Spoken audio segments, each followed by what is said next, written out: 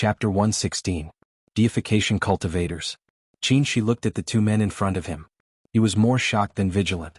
Although he had heard from his master that soul formation stage cultivators did exist in this world, these old monsters had long gone into seclusion. No one had seen them for nearly 1,000 years.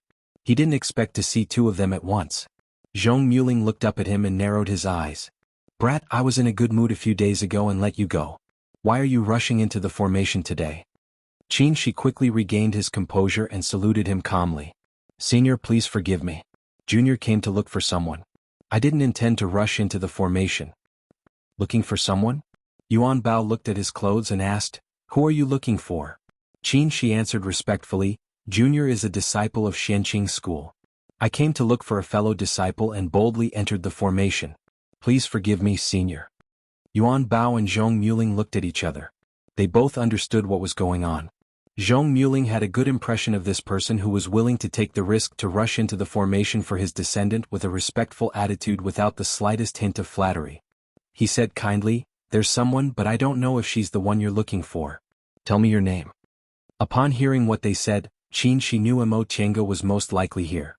Since these two deification seniors were very friendly, he said bluntly, "The person Junior is looking for is called Mo Tiange. I wonder if she's the person Senior mentioned?" Zhong Muling raised the corner of his mouth and stared at him meaningfully. "What's your relationship? You're willing to take such a big risk to save her?" Qin said, "Junior is her senior in the school, so I naturally tried my best to save her." Zhong Muling cast him a glance, then waved his hand. A golden sword flew from the sky and fell into his hand. "Three-yang real fire sword? Someone actually refined it?" Qin was stunned. "Senior knows this sword?" Zhong Muling let out a soft, umph. With a wave of his hand, he threw the three-yang real fire sword to Mo Tiange. "I've seen it in an ancient cultivator's handwritten notes. You're actually quite lucky to actually obtain this kind of ancient magic weapon." On the side, Yuan Bao laughed and said, "Aling, compared to the yang spiritual bead in his body, this three-yang real fire sword is nothing. Tiske, a yang spiritual bead. I really don't know what kind of luck this brat has to actually obtain such a rare treasure. If I had a yang spiritual bead, how could I have been stuck at the threshold of the deification realm for so long back then?" As he spoke, he kept glancing at Qin. Qin felt goosebumps all over his body from the malicious gaze, but he also knew that in front of a deification cultivator, he was nothing more than an ant. With his current strength, he simply couldn't resist what the other party wanted to do, so he quickly calmed down. "Senior has good eyesight. I do have a yang spiritual bead on me. I obtained it by chance in the past. After so many years, I finally managed to fuse it for my own use."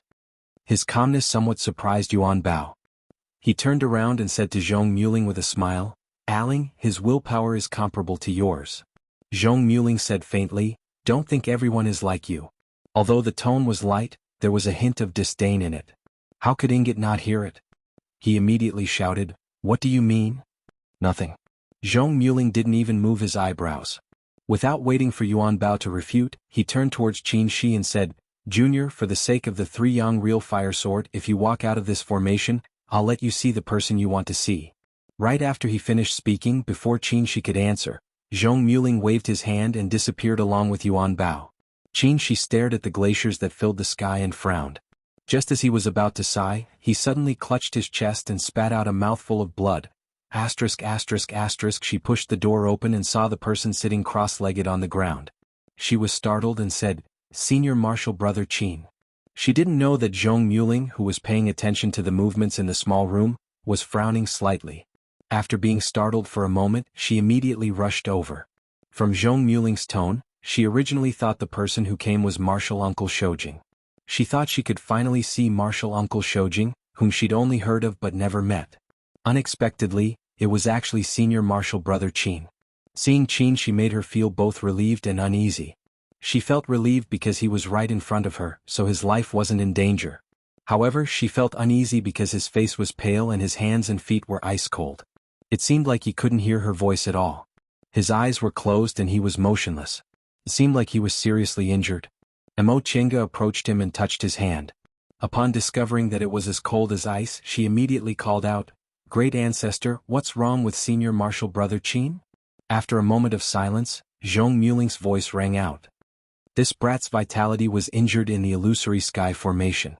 You don't need to worry. Both his metal and fire spiritual roots are yang, and he also has a yang spiritual bead in his body.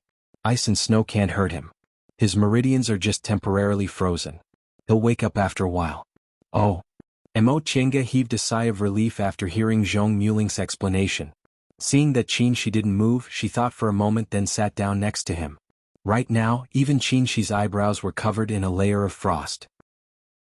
Mo Chenga guessed this was probably the effect of an ice and snow bewildering formation similar to the desert bewildering formation she encountered before. However, why was Senior Martial Brother Qin here? Great Ancestor, she called out again. Zhong Muling answered. Can you help Senior Martial Brother Qin? Zhong Muling paused for a while then said impatiently, it's not that troublesome. He just needs to adjust his breathing for a while and he'll be fine. But, shut up. It's noisy. Just squat down for me. Oh. Zhong Muling was obviously unhappy, so Mo Chenga didn't dare to say anything else. She just stood on the side and watched Qin Shi in silence. In the past few days she obtained too many fated chances, so she temporarily forgot about the outside world. Now that she saw Qin Shi, she couldn't help but recall what happened before she came here. How did Feng Shui and Senior Martial Sister Wei go? Did they persuade Senior Martial Sister Wei? What if they didn't? Are they safe? Qin Shi let his imagination run wild. After an unknown amount of time he suddenly moved. Mo Chenga hastily jumped up. Senior Martial Brother Qin. Qin Shi moved his eyelids and slowly opened his eyes. The first thing he saw was a joyful face smiling at him. Senior Martial Brother Qin, you've finally woken up. Qin Shi closed his eyes again. When his breathing gradually calmed down, he opened his eyes and smiled. Chenga, are you all right? Seeing that the first thing he asked after waking up was her, Mo Chenga's heart skipped a beat. She smiled and said, I'm fine. How about you, Senior Martial Brother Qin? I'm also fine. It's just a small injury. I'll go back and slowly recuperate. After looking around, Qin Shi stood up with some difficulty. This place is. With such dense spiritual aura, what kind of paradise was this? His own Immortal's Cave was located in the place with the densest spiritual aura on Clear Spring Peak. It also had a high-grade spirit gathering formation, but it was still much worse than this place. This is the Virtual Sky World. Virtual Sky World? Qin Shi frowned slightly, wondering where he heard this name. Mo Chenga immediately said, Senior Martial Brother Qin, don't think too much. This is Senior Yuan Bao and my great ancestor's cave. Nothing will happen. Great ancestor? Yes. Mo Chenga nodded and said, I was also shocked when I first found out. My great ancestor's surname is Zhong, and his name is Mu Ling. He's also the master of this place. Could the master of this place be those two deification seniors? As he thought of this, Qin Shi's eyes were filled with surprise and confusion. Great ancestor was his grandfather's grandfather. However, cultivators had a long lifespan, and they didn't know how many generations their children and grandchildren had. Great ancestor could also refer to an ancestor whose seniority couldn't be called, but there was one thing that was correct. These two people were related by blood. Could it be that one of those two deification seniors was related by blood to her? As soon as this thought appeared, Qin Shi didn't know why, but he suddenly felt upset. Before he could figure out what was going on, he heard Mo Chenga say, I'll tell you about this in detail when we go back. Senior Martial Brother Qin, are you really okay? Qin Shi smiled and said, I'm fine. Don't worry. I'll be fine after a few days of rest. What about you? Are you injured? Mo Chenga smiled and said, not only am I not injured, but I also obtained a lot of benefits. Mo Chenga released her aura and looked at him with a smile. Senior Martial Brother Qin, look at me. What's different about me? Qin Shi sensed for a moment and was shocked. You advanced to the middle stage? Mo Chenga nodded happily.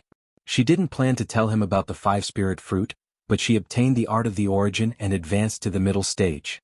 As long as she returned to Xianqing school, she definitely wouldn't be able to hide it, so she might as well tell him directly. She entered the middle stage of the foundation building realm less than a year ago. Although he had encountered a lot of fated chances, he was still quite surprised. However, when he thought of those two deification cultivators, he felt it was only natural. Qin Shi smiled and said, Congratulations, congratulations. You're already in the middle stage of the foundation building realm at such a young age. You can be considered the first person in Xianqing school. And if you work hard, you should have a good chance of forming your gold core within 100 years. Although I'm not sure I can build my foundation building realm, I'll still accept your auspicious words. After a pause, Mo Chenga remembered something. Right, Senior Marshal Brother Qin, did you come to see me? And Qin, she nodded. I heard you went missing here, so I came to see you. Really? Senior Marshal Brother Qin, didn't you go missing with Marshal Uncle Shoujing? What about Marshal Uncle Shoujing? Qin, she paused for a moment, then said, we're all fine, but you? You said this place is your great ancestor's immortal's cave. Is it one of those two seniors? Mo Chenga nodded, then said apologetically, Senior Marshal Brother Qin, I'm really sorry. If I found out earlier, you wouldn't have been injured. It's nothing. Qin, she shook his head faintly. I'm not injured, so you don't have to be like this. Right, what's your situation now? Since your great ancestor is a deification senior, should he stay here? Mo Chenga shook her head and said, of course not. Right, Senior Marshal Brother Qin, you just woke up. Do you want to rest for a while? In any case, we still have time to talk. I'll go with you in a few days and then I'll slowly talk to you. Upon hearing this, Qin, she smiled. His heart instantly calmed down and he said, that's fine. This place is full of spiritual aura, so we mustn't waste it. We'll slowly talk when we get back. And you can continue healing. I won't disturb you anymore. After watching Mo Chenga leave the room, Qin, she sat down on the praying mat. Before he could heave a sigh of relief, a strong gust of wind suddenly hit him. He didn't have time to react at all, so the wind directly blew against his body. The spiritual aura inside his body suddenly surged uncontrollably, causing him to vomit another mouthful of blood. Zhong Muling's voice rang out inside the room. Why did you hide her identity? If you don't explain, don't blame me for taking your life. Chapter 117. When Mo Chenga walked out of the hut, she saw Zhong Muling standing by the pool with his hands clasped behind his back. It was unclear what he was thinking. She gently approached and greeted, Great Ancestor. After a long time, Zhong Muling finally moved. He glanced at her and said, You've stayed here for 7 days. It's time for you to leave. Mo Chenga nodded. Yes. Does Great Ancestor have any other instructions? You have your own opportunities. Why do you need me to instruct you? After saying that indifferently, Zhong Muling flicked his sleeve, causing a Qingquan bag to appear on the table under the tree. I've already refined your spirit-concealing pendant. With it, you can even pretend to be immortal. Thank you, Great Ancestor. Mo Chenga didn't try to be polite. Her breath-concealing technique wasn't very good, but with this thing, it would be much more convenient for her to do things in the future. However, there were still many things inside. Great Ancestor, then that purple wooden cauldron is the pill furnace I used in the past. It's no longer useful. Since you're practicing alchemy, I'll give it to you. That silk handkerchief is a defensive magic treasure that can also be used for flight. I have already recorded the incantation on the Jade slip. You have to walk the path of cultivation on your own. This is all I can help you with. Whether or not you can reach core formation, nascent soul, or even soul formation all depends on your own ability. Mo Chenga put these things away. She knew her fate with this great ancestor was over. They were soul formation cultivators, and they would go into seclusion for hundreds of years. They might not even set foot in this place for 1,000 years. They might not even see each other again in the future. Alright, I'll send you off now. Yes. Zhong Muling raised his hand, causing a dot of light the size of a broad bean to appear between his eyebrows. He muttered an incantation, causing the light to become brighter and brighter. Gradually, it turned into a huge bead and fell on his hand. Mo Chenga furrowed her brows as she stared at the bead. She stared fixedly at it. Zhong Muling didn't stop chanting. In the end, he cast an incantation on the bead, tearing a crack in the air. Go. Mo Chenga was about to speak, but before she could say anything, she felt her vision darken and then brightened. She had already disappeared from the virtual sky world. Mo Chenga raised her head and looked around. This was a hilltop and there was nothing around her. They'd probably already left. She sighed. She still had questions to ask. Chenga? Oh. Upon hearing Qin Shi's voice, Mo Chenga turned her head around and was immediately gobsmacked. Qin Shi seemed to be a bit unsteady on his feet, and his complexion was ashen. Obviously, his injuries hadn't healed yet.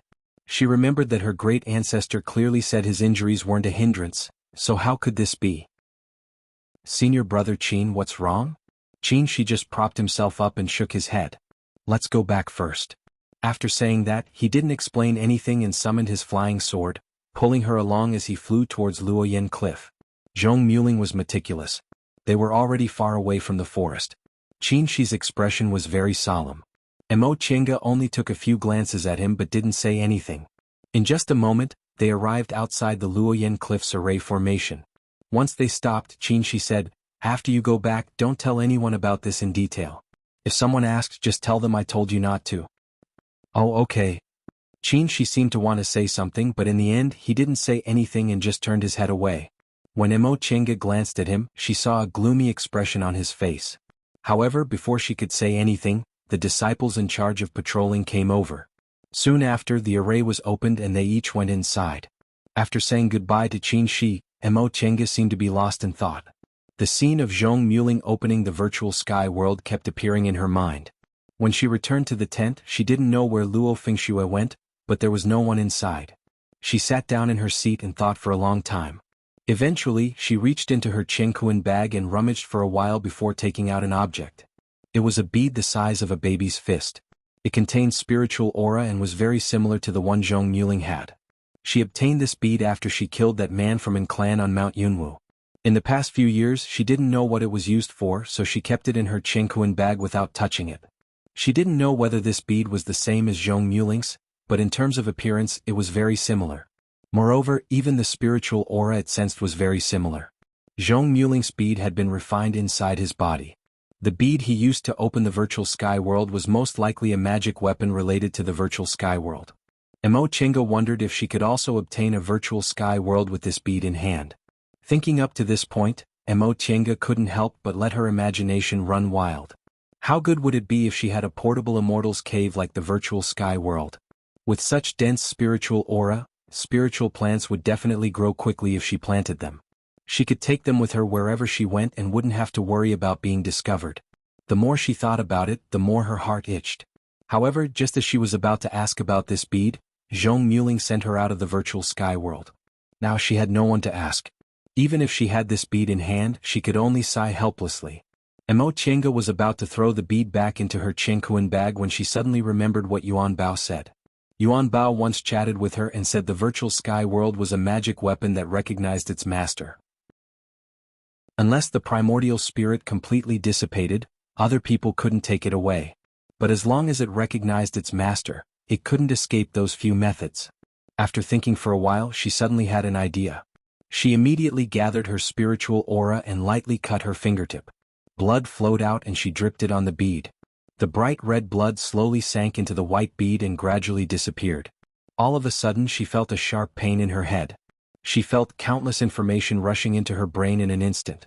From the distant past era, birds and beasts, all kinds of spiritual creatures, cultivators and demonic beasts, many words, countless images, these things flashed in front of her eyes as if she had experienced them herself. It was as if someone had stuffed these things into her head. Pain, she didn't know how much time had passed. Maybe it was a long time or maybe it was only a moment, but her head gradually stopped hurting. Mo Chenga looked up and suddenly widened her eyes. She wasn't sitting in the tent on Luoyan Cliff, but in an unfamiliar place with dense spiritual aura. Among the dense bamboo forest, several bamboo houses were faintly discernible. A winding brook bypassed them and flowed into the distance. A gentle breeze blew into her nose. It was the medicinal fragrance of spiritual plants. Bamboo forest, huts, brook, medicinal fields. She was ecstatic. This was the virtual sky world. Must be the virtual sky world. Mo Chenga suddenly stood up from the ground and ran into the hut. She didn't know how many years it had been since someone entered this hut. The floor was covered with a thick layer of dust, almost covering everything. She used a few simple spells. In the blink of an eye, the hut was spotless. There were tables and chairs made of spiritual bamboo, several praying mats scattered on the ground, and a bookshelf in the corner of the hut filled with books. She gently approached it, pulled out a book from the bookshelf and opened it. Written on it was an ancient language written with magic. The animal skin made of the book was soft and tough. She didn't know what demonic beast it belonged to. Closing the book, Mo Chenga had a strange feeling. She originally didn't know such ancient language, but she understood it at first glance. And she could recognize every single thing in this hut. She walked out of the hut and went around the bamboo forest. As far as her eyes could see, there were spiritual creatures of all sizes. There were trees, flowers, grasses, vines and countless spiritual creatures crowded together. The ground was covered with layers and layers of thick leaves. She didn't know how many years it took for the plants to grow and die on their own to produce such a scene. Mo Chenga finally understood. The virtual sky world was a spatial magic weapon left from the distant past era. After it lost its master, no one knew what it was. It fell into the hands of a man from the Yin clan and was eventually obtained by her. If she hadn't happened to enter Zhong Muling's virtual sky world, she probably wouldn't have known she had a rare treasure until she died. How much wealth did the spiritual plants accumulated in this virtual sky world for hundreds of thousands of years amount to? Especially the spiritual plants that were more than 10,000 years old. Any one of them could shock the celestial pole. Mo Chenga fell to the ground after touching a 10,000-year-old seven-withered grass with her own hands. She couldn't help but laugh dully. Ever since she embarked on the path of cultivation, she encountered a lot of bad luck, but fated chances were very few. This time, in just a few days, she encountered a series of fated chances that ordinary people couldn't encounter in their entire lives. The art of the origin, the five spirits body cultivation technique, the guidance of a deification cultivator, the gift from her great ancestor, and this virtual sky world. This gave her an unreal sense of happiness. But the spiritual plants were real, the soil was real, the hut was real, and the spiritual aura was real. With these things, would she still need to be confused about her future? Mo Chenga didn't know how much time had passed, but she gradually calmed down. No matter how many spiritual treasures she had, she was still a foundation-building cultivator. As long as she didn't reach the Great Tao, she wouldn't have the ability to protect herself. Besides, there was a demonic beast riot right now. Saving her life was the most important thing. With this thought in mind, Mo Chenga stood up and carefully observed this virtual sky world. Obviously, each virtual sky world was different. Zhong Muling's was a wooden hut and a pond, while this one was a bamboo hut and a bamboo forest and a brook. However, the spiritual aura was almost the same and they were both very dense. In addition, her virtual sky world had another advantage over Zhong Muling's. The spiritual plants here were densely packed and had been growing freely for at least hundreds of thousands of years. Among them, there were countless 10,000-year-old spiritual plants that multiplied, squeezing the medicinal field to the point where there was almost no space to stand. Zhong Muling's virtual sky world, on the other hand, didn't have so many spiritual plants. Perhaps it was because he had been in the deification realm for thousands of years and had already used or collected some of the spiritual plants. Looking at the endless medicinal field under the breeze, Mo Chenga couldn't help but think that she had no choice but to practice pill concocting now. Most of these spiritual plants couldn't be taken outside. If she wanted to use them, she could only concoct them herself. Moreover, with so many spiritual plants, would she still need to worry about not having enough talent in pill concocting? Moreover, she could also collect as many ancient pill recipes as possible. In the current cultivation world, although ancient pill recipes still existed, most of them were useless because most of the spiritual plants had long disappeared from the world. Even if she had the pill recipes, she wouldn't be able to concoct spiritual medicines. But she didn't need to worry about this problem. There were so many spiritual plants here, which should have been planted by the former master of this virtual sky world. There must be spiritual plants commonly used in pill concocting. Even if some were missing, it would be enough for her to concoct several kinds of ancient medicinal pills. Thinking up to this point, Mo Chenga couldn't help but laugh. For the first time, she felt that her cultivation path would be a bright one. Chapter 118. Next, Mo Chenga heard several shocking pieces of news. First of all, the cultivators on Luoyan Cliff were about to disperse. Because the demonic beasts repeatedly failed to break through, the smart high-level demonic beasts scattered and destroyed everything around them. They had no choice but to split up and hunt. Second, there was news from East Kunwu that Danding School didn't have time to activate all the Great Mountain Protecting Formation before it was breached by a 9th-ranked demonic beast. They lost a lot of disciples and came to ask for help. Finally, it was said that Martial Uncle Shoujing was seriously injured and couldn't hold on anymore, so he had to return to Mount Taikong to recuperate. Upon hearing the first two pieces of news, Mo Chenga finally realized that the demonic beast riot was so serious that even a 9th-ranked demonic beast appeared, which was equivalent to a cultivator in the middle stage of the nascent soul realm. The last piece of news gave her a strange feeling, and a thought flashed through her mind. But before she could think too much about it, Martial Uncle Xianin informed her that they had another important task and that she and Luo Fengxue should immediately follow him to Danding School. Mo Chenga didn't expect that the task of supporting Danding School would fall on them, so she felt a bit nervous. Luo Fengxue secretly told her that after Danding School was attacked, Many cultivation groups would send people to support them, so the demonic beasts wouldn't dare to continue attacking, so they would be safe. Mo Chenga thought it made sense. Besides, Danding School originally had a nascent soul cultivator, and it was only breached by accident. But since the day she came out of the virtual sky world, she didn't have a chance to enter again. Luo Fengxue stayed with her all the way. Although she had a good relationship with Luo Fengxue, the virtual sky world was, after all, a heaven-defying magic weapon, so she decided not to tell anyone. Nevertheless, the next step was to hurry on with their journey, so it wasn't a waste of time. Danding School was located in the central part of West Kunwu, not far from Shenqing School. It would only take 3 to 5 days to get there from Luoyan Cliff on a core formation cultivator's flying magic weapon.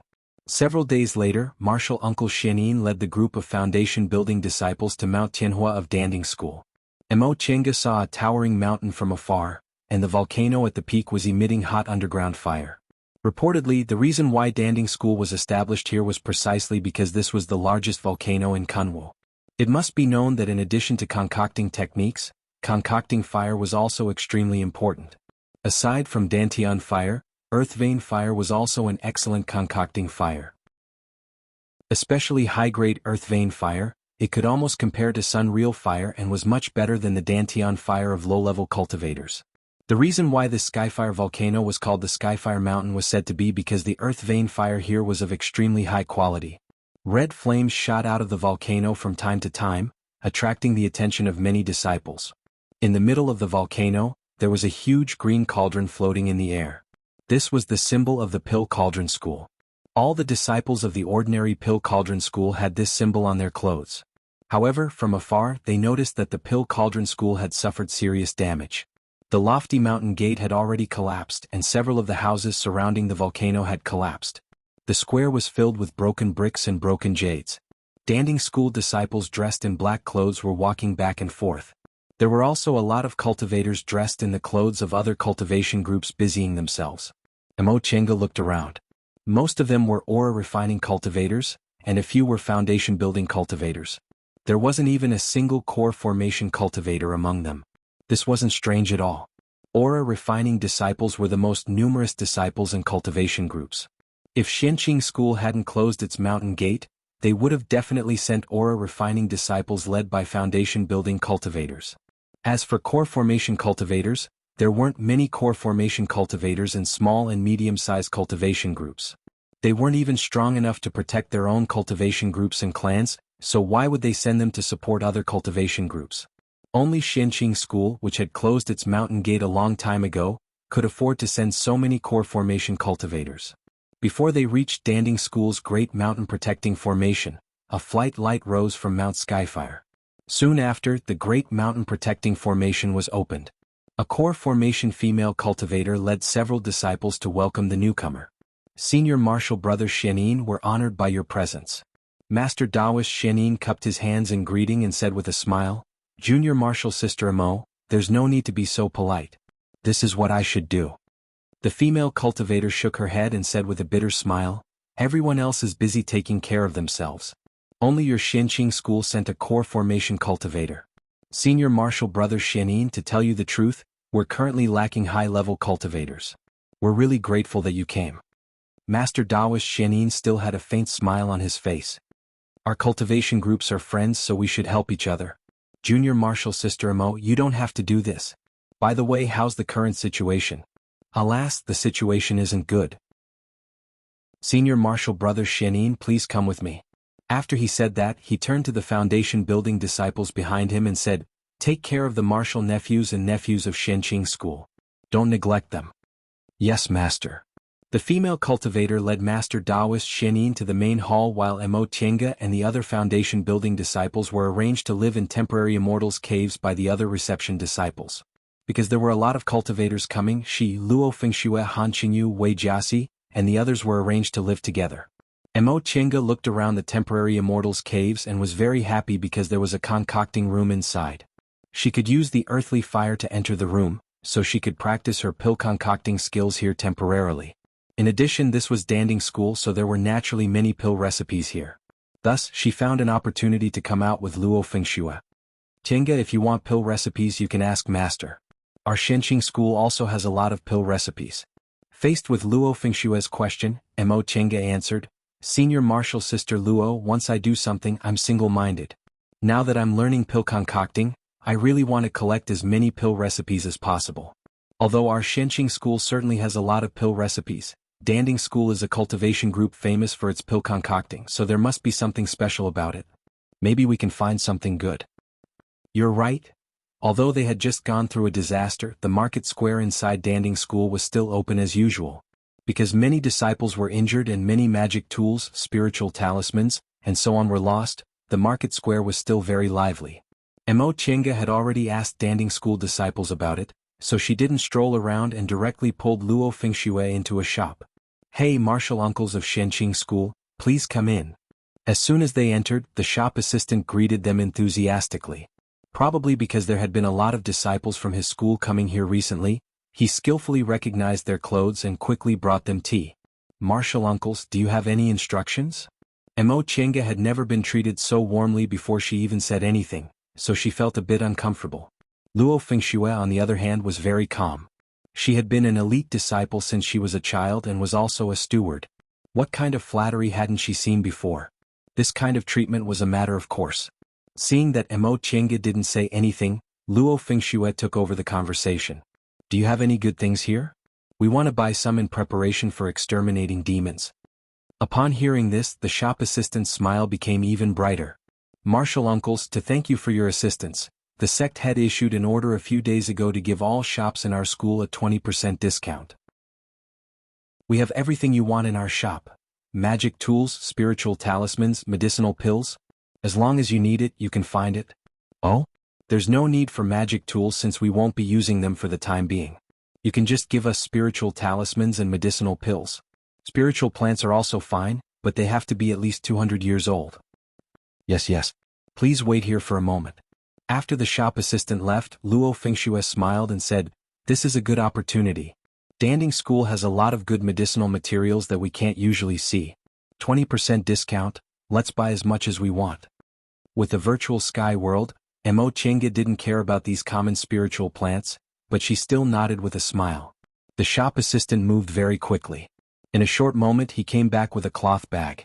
This cloth bag was also a kind of Chenghuan bag, but it had a small capacity and was extremely cheap. Shops usually used it to move goods.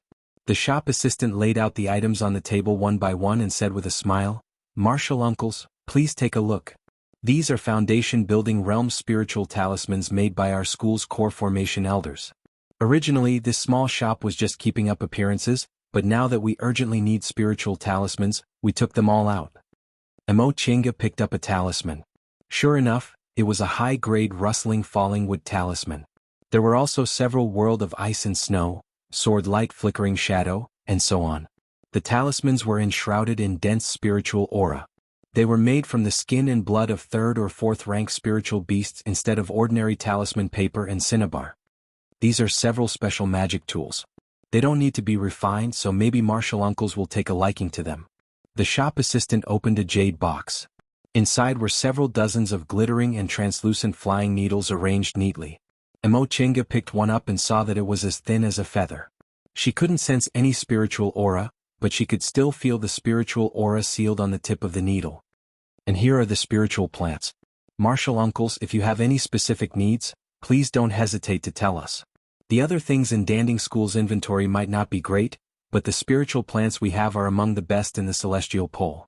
As they listened to the shop assistant's proud introduction, Mo Chenga and Luo Fengxue lowered their heads to examine the items. Sure enough, snow chestnut flower, purple slough grass, blue pearl jade, snow rasher mushroom. These were all relatively rare spiritual plants, and the ones on the table were all more than 200 years old. Mo Chenga and Luo Fengxue glanced at each other. Senior Martial Sister Luo, what do you think? Luo Fengxue smiled. Why don't we buy them together? In the future, whoever needs them can split them. And? Mo Chenga nodded, then said to the shop assistant, We want all these spiritual plants. You can calculate how many spirit stones we'll need. The shop assistant looked astonished. Even though these rare spiritual plants weren't very old, they still cost a lot of money. Moreover, there were at least 10 of them here, so no matter what, it would still cost 5,000 to 6,000 spirit stones. That many spirit stones was a huge fortune. Ordinary foundation building cultivators' annual rations were only about 1,000 spirit stones at most. However, he quickly regained his composure. After a simple count, he answered, "Martial uncles, there are a total of 5,760 spirit stones here. After a 20% discount, it'll be 4,608 spirit stones. Let's just erase the number and count it as 4,600 spirit stones." "Alright, you can pack them up," Luo Fengxue instructed him. She then asked Emo Chenga, "I only want these spiritual plants. What else do you want?" Emo Chenga muttered to herself for a while, then pointed at the flying needle-like magic tool. When she fought for foundation-building pills in Yunwu sect, she once obtained a handful of flying needles from Murongzi. However, the more she used them, the fewer they became. Moreover, she was already in the foundation-building realm, so they were no longer of much use. These things were indeed good for sneak attacks. Keeping some of them on her could be used in case of emergencies. By the way, Emo Chenga said after the shop assistant packed up all the things and collected the spirit stones from Luo Fengxue, pretending to ask casually, "This is Danding School's shop. Are there any good pill recipes for sale?" The shop assistant immediately answered, "Of course. Our Danding School is most outstanding in pill concocting. We have both ordinary pill recipes and some rare pill recipes. However, it depends on what kind of pill recipes Martial Uncle wants. We can't sell some special pill recipes. The sect's core formation grandmasters have to make the decision." As the #1 pill concocting group, Danding School naturally had some unique skills that outsiders didn't have. Emo Chenga wasn't surprised by his answer and asked, "What about ancient pill recipes?" "Ancient pill recipes?" The shop assistant was startled and asked, "Martial Uncle, why do you want ancient pill recipes?" Many of the spiritual plants in ancient pill recipes have been lost, so they naturally lost their value. Emo Chenga had long thought of an excuse, so she simply said faintly, "I've done some research on the Tao of pill concocting. Some ancient medicinal pills have excellent medicinal properties, so I want to use ordinary medicinal plants as replacements to see if I can refine them into medicinal pills." "Oh, so Martial Uncle is also a kindred spirit." A smile blossomed on the shop assistant's face. His attitude towards Emo Chenga became a bit more cordial. He said, "This isn't a big deal. Our school is also studying it. Pill recipes can also be sold to outsiders, but the price is slightly higher." Emo Chenga said, "This isn't a big deal. If they're good, just bring them to me." Chapter 119. He received several pill formulas from Danding School. There was a spirit-gathering pill suitable for foundation-building cultivators, a clear sky pill suitable for core formation cultivators, an aura-stabilizing pill, a look-preserving pill, and even a longevity pill. The effects of the essence-gathering pill seemed ordinary. It was just a common pill for foundation establishment cultivators to take to increase their cultivation, but in reality, the effects of the ancient pill recipe couldn't be compared to the essence-enhancing pill of today. The same principle applied to the Azure Cloud pill. As for aura-stabilizing pills, look-preserving pills, and longevity pills, aura-stabilizing pills were good medicine for adjusting spiritual aura and were most suitable for people who had just experienced spiritual aura deviation. Although Emo Chenga wouldn't be in danger of experiencing spiritual aura deviation in the future, it was still extremely useful when she made a realm breakthrough.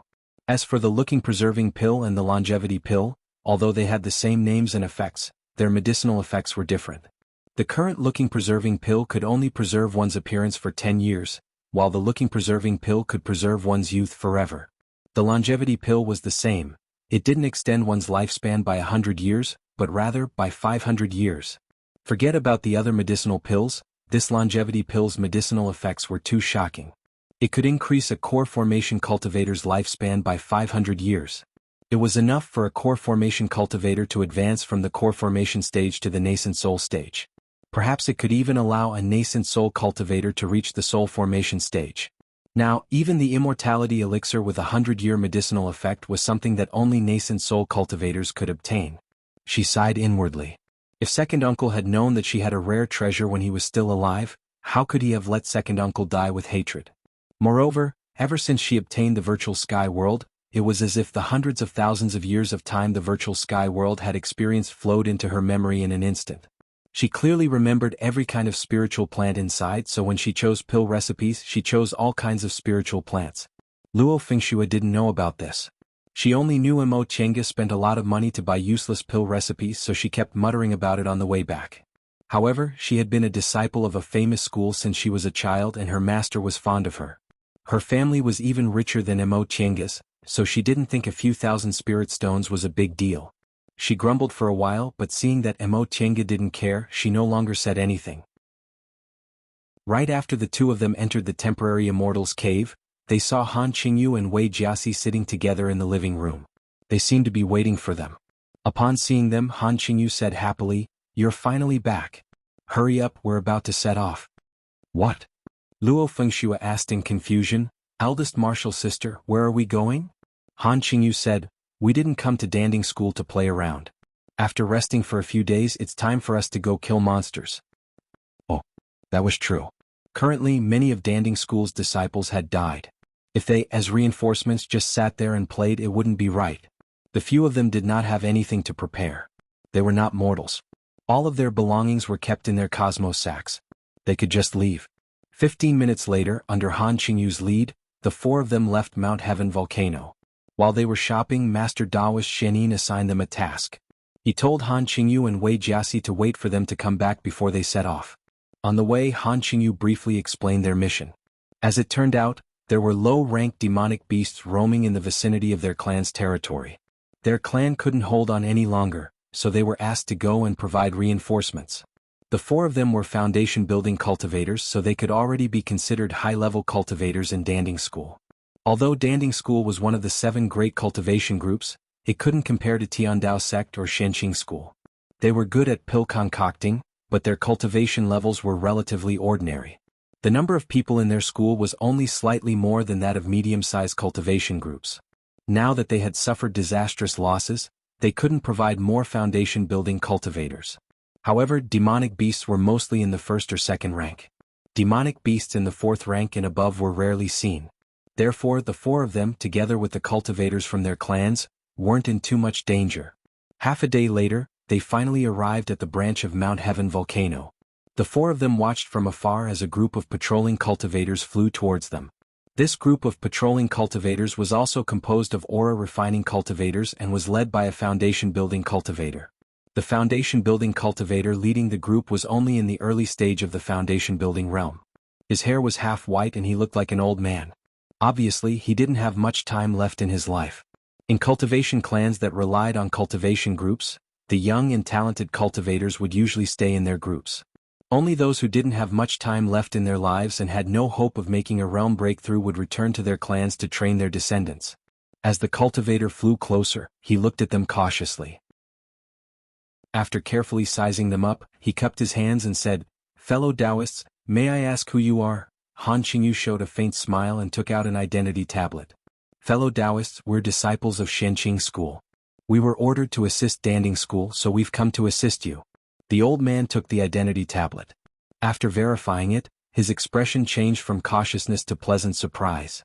He approached them and bowed repeatedly. "Fellow Taoists from Shenqing School, this matter is of great importance. I'm really sorry for offending you just now. I'm a cultivator from Yu Clan. I'll report to the clan head and come to welcome you. Please wait here for a moment." Han Qingyu made an inviting gesture. The cultivator then took out a summoning talisman and whispered a few words. The summoning talisman then turned into a beam of light and flew towards the house below. As the summoning talisman disappeared, several flight lights immediately rose from below. When they came closer, Mo Chenga could clearly see that they were a middle-aged cultivator, a beautiful young woman, and an old man. The middle-aged cultivator's cultivation level was the highest among them. He was in the middle stage of the foundation-building realm. He had long hair and a black beard. He was dressed in a Cosmos Taoist robe and looked very dignified. Both the young woman and the old man were in the early stage of the foundation-building realm. The young woman was gentle and demure while the old man looked ordinary. As soon as the three of them came closer, the middle-aged cultivator smiled and said from afar, "Fairies, we're honored by your presence. I didn't go out to welcome you, please don't take offense." Fairies? Mo Chinga felt a bit dizzy when she heard this form of address. She knew female cultivators were sometimes called fairies, but in general mortals called them that. The path to immortality had nothing to do with men and women, so they still addressed each other as fellow Taoists. This middle-aged cultivator called them fairies as soon as they met to show his respect. However, Mo Chinga really wasn't used to it. Han Qingyu remained calm and said with a smile, "Fellow Taoist, please don't be so polite. We're both cultivators, so you can just call us fellow Taoist.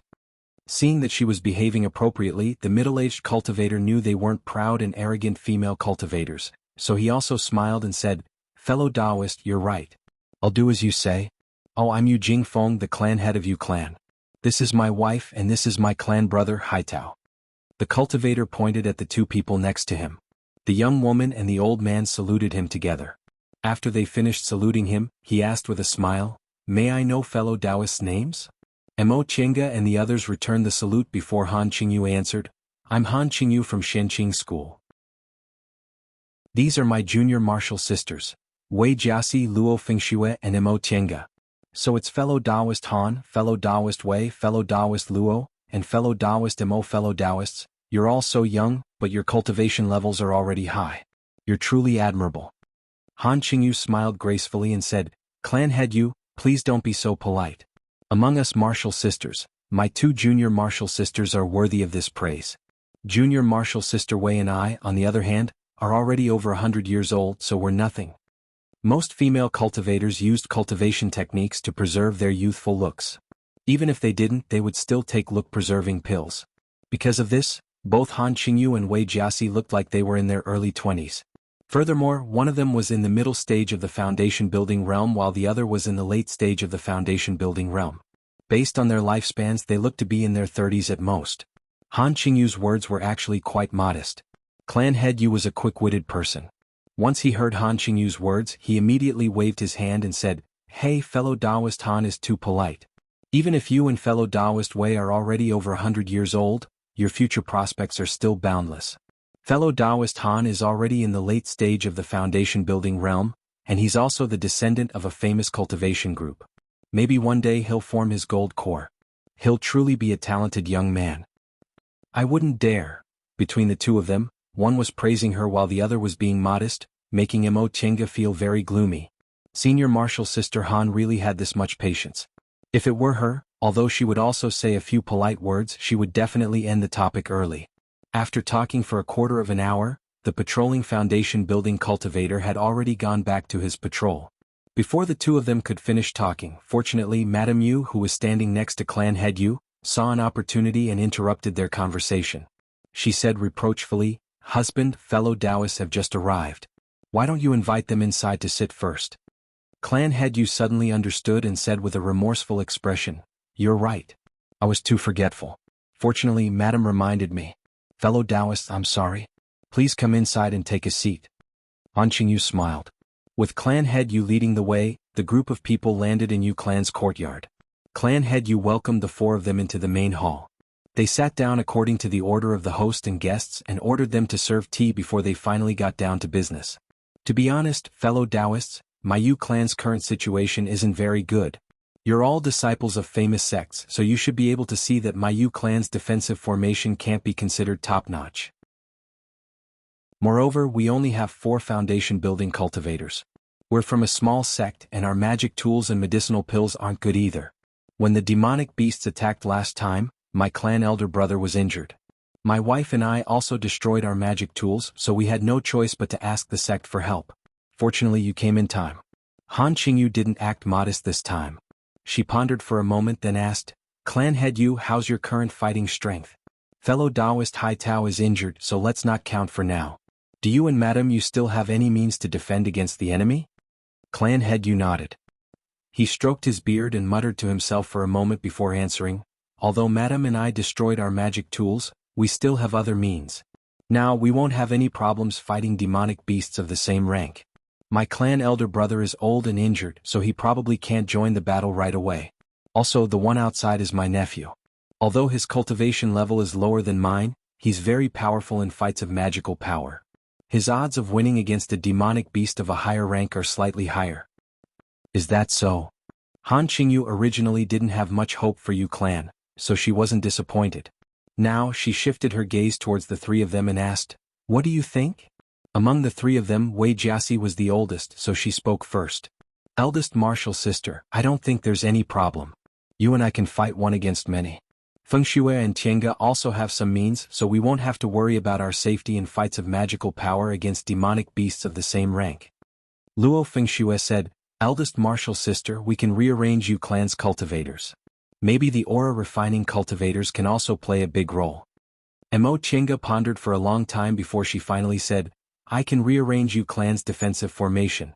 It should be able to increase its defensive power by half, as well as several means of attack. Han Qingyu nodded with a smile. This was also what she had thought of. Wei Jiaxi had always focused on fights of magical power, Luo Fengxue was good at management, and Mo Chinga was good at formations. The three of them all focused on different things.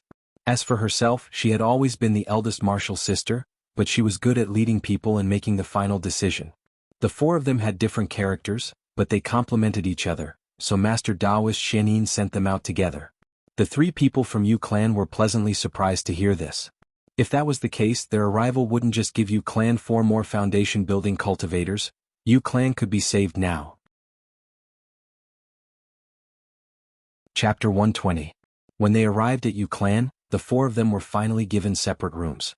Right now they had no time to study pill concocting or cultivate, so Mo Chinga entered the virtual sky world. She only stayed for a moment and took out some books. Because she got the memories of the virtual sky world, Mo Chinga finally understood why she could enter the virtual sky world so easily. This virtual sky world must have been lost in the world. Many people must have tried to make it recognize them by blood, but only she succeeded. It was probably because of her spiritual roots of the origin. The virtual sky world was a thing from the distant past. The cultivation techniques of the distant past era were very different from those of the present era. Even though spiritual roots of the origin only appeared every few thousand years, everyone practiced the art of the origin. Therefore, people with spiritual power all had primal chaos inside their bodies. The virtual sky world was created at that time, and its principles were also similar to primal chaos. However, the art of the origin was lost, so people of the present era couldn't awaken the virtual sky world even if they dripped their blood on it. Mo Chinga guessed that in addition to Zhong Muling, there was another deification cultivator who had a virtual sky world. He must have used some special method to create primal chaos to make the virtual sky world recognize him as its master. There were traces left by the previous owner of the virtual sky world. Mo Chinga didn't know who that owner was. There were a lot of books, but unfortunately he didn't leave any magic weapons. Presumably he carried those things with him and lost them when he died. However, that person must have been a person with great divine power. Mo Chinga found a notebook that recorded some of that person's reflections on cultivation, but she couldn't understand it at all. She knew it must be because her realm was too low. According to Yuan Bao, the great divine power of the distant past era wasn't something ordinary nascent soul cultivators could do. It was a realm above the deification realm they didn't know, because Zhong Muling's virtual sky world also had these miscellaneous things, which they couldn't understand with their realm. However, there were some simple books that shocked her. The art of alchemy, the art of talisman crafting, the art of crafting, the art of crafting, the art of setting up arrays, and even the art of mechanisms. Because she had the deepest understanding of arrays, she started learning the art of setting up arrays as soon as she could. There was a kind of illusory sky formation recorded in the book, which should be the formation Zhong Muling arranged outside his virtual sky world. The book described this formation as the formation of 10,000 images. With a single thought, 10,000 images would appear. The illusory formations Mo Chinga experienced were only two of the weakest ones. However, that was all she could understand. Her cultivation level also affected her ability to understand Tao, and Tao was divided into Yin and Yang and the 5 elements, which was the foundation of the formation. If her cultivation level was not high enough, she would not be able to go further. Even without the illusory sky formation, there were some simple formations recorded in it that were not something that could be compared to today's formations. The Yu clan's defensive formation was called the 4 Symbols Formation. Although it wasn't an ordinary formation, it wasn't a profound one either. Generally, only a few mid-level cultivation clans would use it. From these books, Mo Chinga also found the 4 Symbols Formation. However, the arrangement method was somewhat different from the one she used today, and its power was also much greater. In addition, there was also a kind of 4 Symbols 100 Flowers Formation, which was a variation of the 4 Symbols Formation. It was based on the 4 Symbols Formation and combined with the arrangement method of another formation called the Waxing and Waning Formation, making it a kind of compound formation. At one moment there were 4 symbols and at the other moment there were hundreds of flowers. The two formations were completely unrelated, but they combined into one. It was basically impossible to break the formation with a single method. When Mo Chinga saw this kind of formation arrangement method, she was amazed by its master. The theory was really simple and could be understood with just a hint. However, before this she never had this kind of idea. When demonic beasts cultivated to a high level, they would also develop intelligence. But third and fourth ranked demonic beasts still couldn't understand human speech. Their bodies were tyrannical and they didn't have spiritual roots. Compared to human cultivators, their spiritual power was pure, so they had an advantage in fights of magical power. However, the external objects created by human cultivators relying on their intelligence were often superior to them, such as magic weapons, talismans, formations, and so on. Among these things, formations were the cheapest and most effective. After Mo Qiange said she wanted to rearrange Yu Clan's formation, the patriarch of Yu Clan, who was a smart person, was very enthusiastic towards her and even sent many cultivators to help her.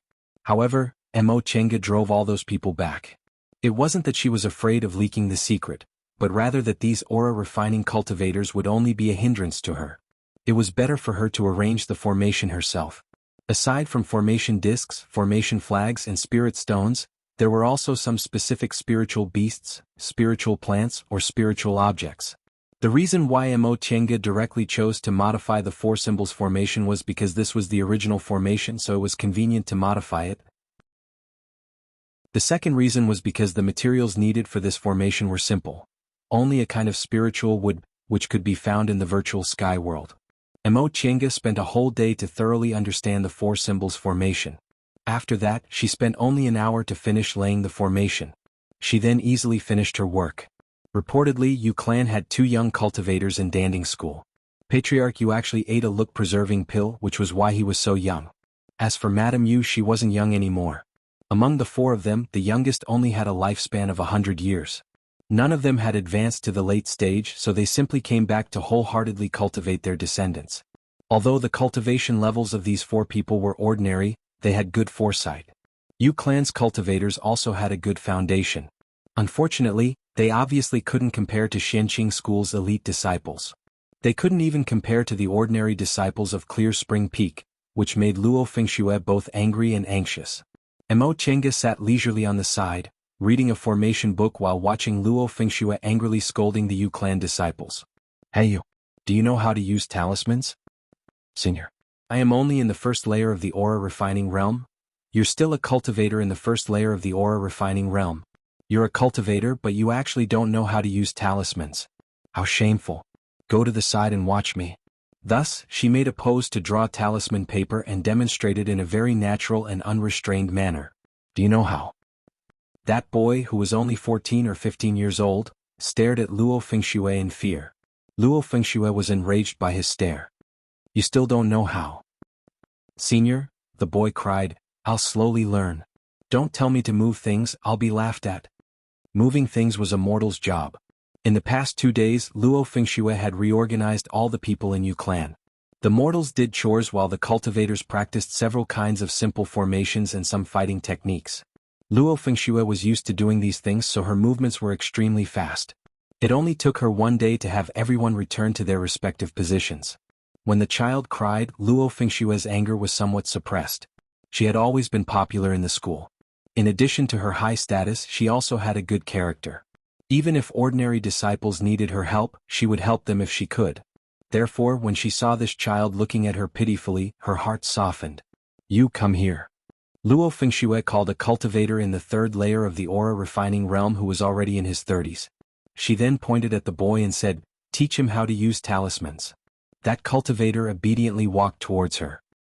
He was also trembling with fear and cautiously answered, "Yes." Thus, like this, the older cultivator explained in detail how to use talismans bit by bit while Luo Fengxue added a few more sentences. An hour later, the boy cried out, "Senior, please let me move the things." Luo Fengxue couldn't breathe. She was so angry that she almost blacked out.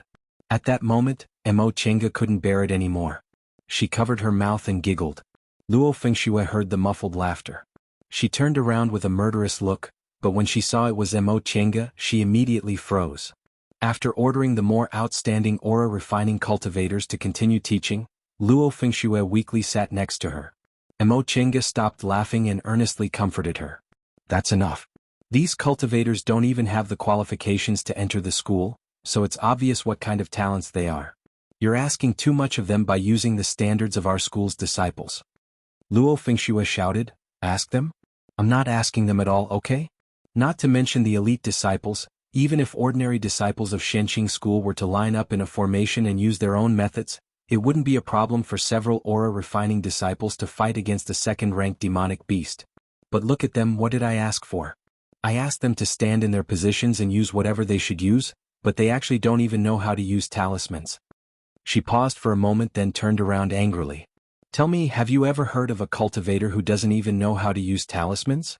They don't need any techniques. Mo Chenga sighed. I've seen them. Luo Fengxue originally wanted to express her anger, but once she heard Mo Chenga's serious answer, she was stunned. There really are? Mo Chenga nodded and said, in the past I wandered the world with second uncle. What haven't we seen? Cultivation clans are getting worse and worse with each generation. There are many examples. Some clans' children not only have mixed spiritual roots, but they're also very weak. Even if we let them cultivate, it's still better than nothing. Some people are trapped in the first layer of the aura-refining realm their whole lives, and some people's intelligence is the same as ordinary people's or even worse. That's how our Yi clan declined. Luo Fengxue was speechless. She was found by Master Taoist Xianyin from the secular world. Because her spiritual roots were excellent, she was directly taken to Mount Taikang and accepted as an inner disciple, so she didn't know much about cultivation clans. Forget it, just do whatever you want. When the time comes, it'll be fine as long as they can deal with first-ranked demonic beasts. We'll take care of the rest. You don't need to worry too much. Senior Martial Sister Han will make arrangements. In the end, won't they still have to rely on us? It's already not bad if these aura-refining cultivators can protect themselves. I just hope we don't have to be distracted to protect them, but they're like this. Alright, I admit I can't play a role in this matter. Mo Chenga smiled. Luo Fengxue's dejected appearance was really rare. Didn't you already understand this? Everyone has their own strengths and weaknesses. Fighting and brawling aren't your strong points. You'd better leave these things to them and make preparations on your own. And you're right. Luo Fengxue pondered for a moment, then cast aside her unhappy mood. Right, do you still have a lot of talismans? I've already used up most of them. Eldest Martial Sister gave me some, but it's still not enough. Mo Chenga knew Luo Fengxue didn't have enough time to sacrifice and refine magic tools, so she needed talismans more than the others. She made a rough inventory in her mind, then took out a stack of talismans. I have a lot here. These were given to me by Martial Uncle. There's also this. Upon seeing the talismans Mo Chenga took out, Luo Fengxue cheered. The two of them began to divide the talismans among themselves. Oh, Chenga, these talismans are so strange. They don't seem to be made by Master, and they look very powerful. They couldn't have been bought outside, right? Where did they come from? Mo Chenga took a look. They came from the Chengquan bag Zhong Yuling gave her. Talismans made by deification cultivators, even if they deliberately lowered their realm requirements, still weren't simple goods. Is it inconvenient to say? No, Mo Chenga said, they were given to me by Martial Uncle Shoujing. Luo Fengxue, who was looking through the talismans, was startled. She raised her head and stared at Mo Chenga blankly. Mo Chenga's expression was the same as usual, but there was a hint of obscurity in her gaze. Chapter 121. Mo Chenga stood on top of the mountain peak, staring at the dense forest below the cliff with a slight frown on her face. Things were a little troublesome. When they came that day, the Yu clan said that there was a group of demonic beasts in the vicinity and that they had fought with them a few days ago. At that time, the demonic beasts had almost destroyed the Yu clan's defensive formation, and it was estimated that they would return in a few days. From then on, she and Luo Fengxue stayed in Yu clan to prepare for the upcoming battle. As for Han Qingyu and Wei Jiaxi, their two senior martial sisters, they kept in touch with Yu clan to investigate the demonic beast situation. The movements of these monster beasts were exactly as the Yu clan had said. They seemed to be monitoring them, but they also seemed to be neither close nor distant. Sometimes it seemed as if they were about to attack, and sometimes it seemed as if they were about to retreat. There were too many mortals and low-level cultivators in Yu clan. Han Qingyu thought it would be better if they didn't take the initiative to attack. Otherwise, the ones who attacked would have to fight alone, and the ones who stayed behind wouldn't have enough strength and would fall into the enemy's scheme. Wei Jiaxi actually didn't think a low-ranked demonic beast could have such intelligence, but Han Qingyu said it was better to be safe than sorry. They had come to battle to protect the Yu family. It would be better if they could kill the demonic beasts, but the safety of the Yu family was more important. However, in the following days these demonic beasts did not attack again. Mo Chinga had already modified Yu clan's defensive formation, so she didn't think demonic beasts would be able to enter. However, the problem now was that demonic beasts were eyeing them covetously from the side and they couldn't solve the problem. This feeling was too unbearable. Moreover, they were ordered to assist, so how could they be delayed here? Today was her turn to patrol. Now that she was standing on the mountain peak, she discovered the aura of demonic beasts. The aura wasn't very strong, but it was very dense and it was extremely close. She hesitated for a moment before taking out the summoning talisman and saying a few words. With a wave of her hand, the summoning talisman flew towards the Yu family's courtyard. Before long, a flight light rose from the Yu clan. Wei Jiaxi rode her flying sword and approached them. She asked faintly, "What's the matter?" Wei Jiaxi's attitude towards her couldn't be considered good, but Mo Chinga was already used to it. Mo Chinga also didn't think it was necessary for her to improve her relationship with Wei Jiaxi, so she said faintly, "Senior Marshal Sister Wei, look over there." It appeared again. Wei Jiaxi turned around and stared for a while before she closed her eyes and released her divine sense. After a long time, she opened her eyes with a solemn expression. "Senior Sister Wei, what should we do?" According to Mo Chinga's divine sense, there were at least 5 or 6 second-ranked demonic beasts in that area. Wei Jiaxi wrinkled her brows and said, "Let's go take a look." Before she could get down from the flying sword, she immediately transformed into a flight light and flew towards the area filled with monster aura. Upon seeing this, Mo Chinga helplessly shook her head. She summoned a white silk handkerchief, then stepped onto it and followed closely behind Mo Chinga. He descended the mountain and flew into the forest. This white silk handkerchief was a gift from Zhong Muling. It was both a defensive magic weapon and a flying magic weapon. She still hadn't tested its defense function, but its flying ability was outstanding. It didn't require much spiritual aura, and it was fast and stable. With her experience, if she tried to escape, perhaps only a few foundation-building cultivators would be able to catch up to her. Besides, it's been some time since she built her foundation. Especially after the battle, she'd already taken some time to refine all those magic weapons and magic tools. Among them was the land-fleeing ruler. Even Zhong Muling praised it for its ingenuity. Even if she ran into something, she wouldn't be in any danger as long as she traveled 1,000 miles. However, Wei Jiaxi's expression was very unsightly at the moment. Her flying magic tool was just a flying sword. Although it was given to her by her master and was much better than ordinary flying swords, there was nothing special about it. After entering the forest, due to the terrain and environment, her flying speed was greatly reduced. Nevertheless, Mo Chinga was steady and extremely agile from beginning to end. She had been in the foundation-building realm for more than 80 years. Although she was still in the middle stage of the foundation-building realm, her understanding of spiritual aura cultivation techniques wasn't something ordinary cultivators could compare to. Now she was actually outclassed by Mo Chinga. Although it was because of magic tools, she still felt bad. Once they entered the jungle, it was already the territory of the demonic beasts.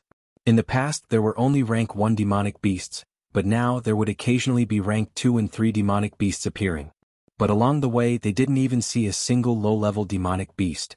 "Hey, Senior Marshal Sister Wei." Mo Chinga suddenly stopped and called out. At this moment Wei Jiaxi was a little angry.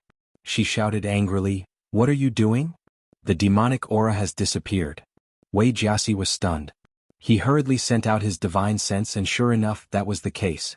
Because Mo Chinga was the one who reminded her about this kind of thing because of her desire to compare herself with Mo Chinga, she felt even more humiliated and annoyed.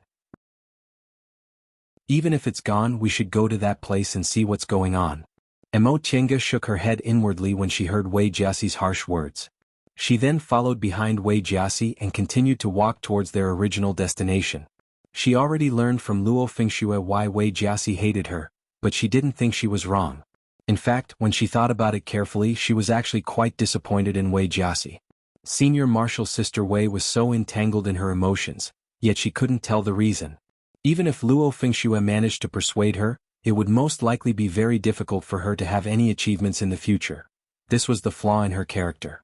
After letting his imagination run wild for a while, the two arrived at their destination. As she slowly followed behind Wei Jiaxi, Mo Chinga secretly took out the shuttle of flying Apsara and got off the white silk handkerchief. She held it in her hand and lightly stepped on the withered branches to move forward. Suddenly she took a wrong step, her body floated up slightly and rolled to the side. At the same time Wei Jiaxi turned around and leaped high into the air. A bolt of lightning exploded where they were. Mo Qingge and Wei Jiaxi glanced at each other and saw the astonishment in each other's eyes. Someone who could hide their breath and had such a powerful spell that they couldn't find the location of the person who cast the spell? This opponent wasn't simple. She didn't seem like an ordinary second or third rank demonic beast. The two of them cautiously stood behind each other and took out their magic tools. Mo Qingge's white silk handkerchief and shuttle of flying apsara, one for defense and the other for offense. Wei Jiaxi took out several talismans and a small silver ring. Her water spirit flag was already destroyed, but she was still Master Daoist Xuanin's advanced inner disciple, so how could she be shabby? This Rui ring was also a powerful magic tool. The two of them used their divine senses to observe their surroundings. After an unknown amount of time, they suddenly made their moves at the same time. Wei Jiaxi threw the Rui ring, which collided with a bolt of lightning. As for Mo Qingge, she threw the white silk handkerchief. The handkerchief immediately changed shape in midair, turning into bricks and stones which fell down with a plop, plop, plop sound. They formed a wall in front of her, blocking the lightning. The difference was that while Wei Jiaxi was forced back a step, Mo Qingge didn't budge an inch. Wei Jiaxi cast another glance at Mo Qingge. Her eyes were filled with astonishment. She could naturally see that Mo Qingge had both magic tools and magic weapons. Magic tools were fine since magic weapons were naturally better than hers, but she didn't expect them to be this powerful. Based on her estimation, that bolt of lightning just now was much more powerful than a foundation-building spell. Therefore, although she was strong, she was still forced back a step. Mo Qingge, on the other hand, was unexpectedly so relaxed. A few days ago, Mo Qingge, who had just entered the early stage of the foundation-building realm, returned after disappearing for several days. But now, she, who had just entered the early stage of the foundation-building realm, suddenly advanced to the middle stage of the foundation-building realm. This naturally aroused the suspicions of her acquaintances. However, their masters also explicitly ordered them not to inquire about this matter, so no one asked too much. Nevertheless, everyone knew that Mo Qingge must have encountered some kind of fated chance. This matter urged Wei Jiaxi to cultivate even more diligently. However, although she had a deep understanding of fights of magical powers, she didn't expect that not only did Mo Qingge's cultivation level advance, but she was also stronger than her in fights of magical powers. Chapter 122. Mo Qingge didn't have time to care about Wei Jiaxi's thoughts. She already had a vague idea where the lightning came from. She stretched out her right hand and the white silk handkerchief, which had turned into a brick wall, returned to her hand. She seemed to be attentively observing her surroundings, but the shuttle of flying apsara in her other hand had already been quietly launched. The golden light flashed and disappeared. All of a sudden Wei Jiaxi heard a rumbling sound. She immediately turned around and saw Mo Qingge sneering as she retrieved the shuttle of flying apsara. Mo Qingge said contemptuously, "You actually dared to show off this kind of low-grade formation in front of me?" Before Wei Jiaxi could say anything, the shuttle of flying apsara was launched. In the blink of an eye, several places were broken one after another. Soon after, there was a lightning bolt that seemed to carry great anger and an astonishing momentum. Mo Qingge shook her hand and launched the white silk handkerchief again. Wei Jiaxi also turned sideways and launched her talisman and magic tool at the same time. One defended while the other attacked. A rumbling sound was the sound of the formation breaking. Mo Qingge and Wei Jiaxi glanced at each other when they saw what was inside the formation. Both of them saw the disbelief in each other's eyes.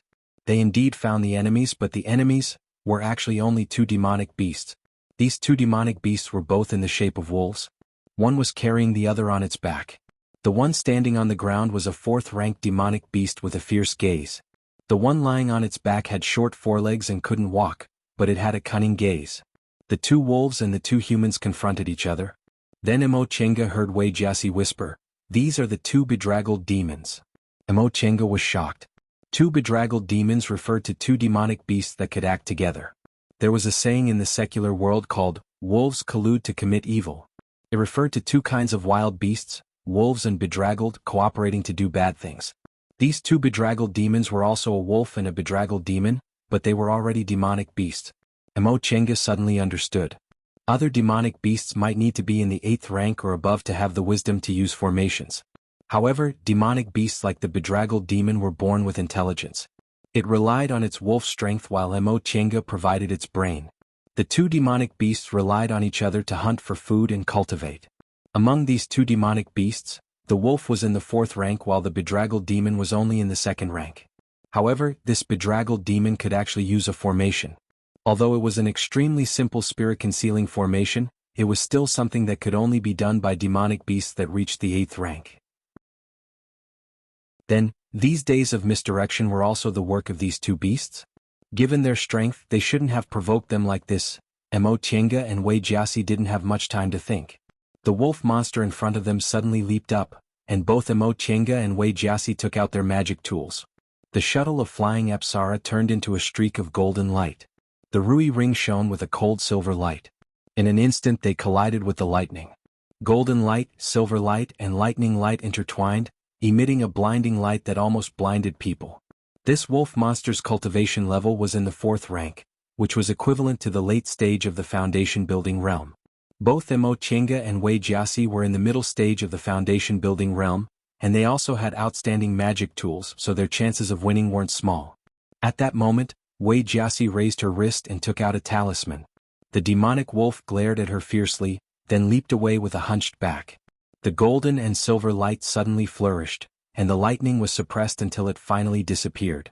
Emochenga heaved a sigh of relief. Although the wolf monster wasn't a threat, the wolf monster's strength wasn't bad. At that moment, the bay let out several soft cries. Obviously, it was trying to tell the wolf something. However, Emochenga and Wei Jiasi couldn't understand what it was saying, so they could only be vigilant. Senior Martial Sister Wei? Wei Jiasi's gaze changed. In the end, she made up her mind and said, "Strike first and gain the upper hand." Emochenga understood what Wei Jiasi meant. She shook her arm and took out the white silk handkerchief. At the same time, Wei Jiasi also took out several magic tools and talismans. Together with Emochenga's shuttle of flying Apsara, they all flew towards the two hunched beasts. In a hurry, the wolf monster howled and opened its mouth, shooting out several lightning bolts. By the time the spiritual aura fluctuation stabilized, the two beasts had already fallen to the ground. Emochenga patted the dust off her body and walked towards the two beasts' corpses. "Oh." Wei Jiasi, who was slightly injured, asked, "What's wrong?" Emochenga turned over the two corpses and said, "Turns out they were injured. No wonder these two beasts deliberately laid a misleading formation here. They must have been left here by those demonic beasts, so they wanted to create the illusion that there were many demonic beasts here so they could secretly heal their injuries." Wei Jiasi examined her own injuries and said, "Look around. This wolf monster isn't like other demonic beasts. Since it can use formations, maybe it has some kind of treasure." Sure enough, Emochenga found several pieces of wood-like objects. These things were also the tools the wolf monster used to lay the formation. She didn't know what they were, but they could actually replace formation discs and formation flags. There were also several crystalline minerals and spiritual plants. There was also a palm-sized, thin piece of jade. It was sparkling and translucent like a mirror. Emochenga didn't know what it was, but when she put it upright, it reflected a shadow.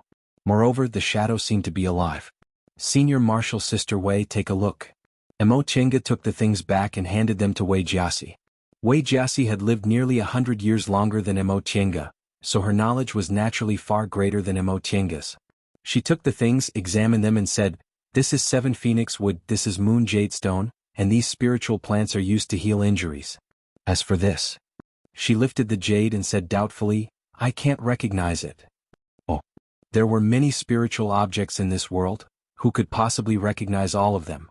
Emochenga thought for a moment, then said, "Senior Martial Sister Wei, this 7 phoenix wood can be used to lay a formation. Can you give it to me? I don't want anything else." According to the names Wei Jiasi mentioned, the other ores and spiritual plants were quite valuable. Although this 7 phoenix wood was rare, it was useless for people who couldn't lay formations. Wei Jiasi didn't refuse. She nodded and said, "Since you want it, I'll give it to you." Emochenga was overjoyed and took it. "As for this thing?" Wei Jiasi lifted the thin piece of jade and said with a frown, "It doesn't look like an ordinary thing. Let's take it back and let my master identify it." Just as the two of them were about to stand up, the jade suddenly flashed with a bright light. Wei Jiasi was startled. She lifted the jade suspiciously, but she couldn't see any light. She muttered, "What's going on?" Emo Chinga naturally couldn't answer. She simply couldn't recognize this thing. The two of them saw the puzzled expression in each other's eyes. Suddenly, a bright light burst out from the jade. Before they could react, the light engulfed the two of them in an instant. Emo Chinga felt like she was dreaming, but she couldn't remember the content of the dream. She could only vaguely hear a voice. "Husband, what's wrong with Chinga?" It was a gentle female voice. At the same time, a pair of hands gently touched her forehead. "It's nothing." The male voice was also gentle. He said softly, "Chinga is too tired. She'll be fine once she wakes up." It was another bewildering dream. Many strange thoughts floated in her mind.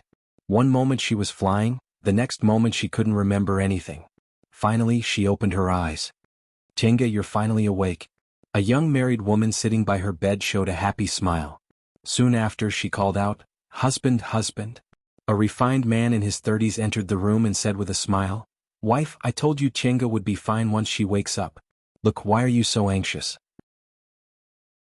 Emo Chinga stared at the man and woman in front of her.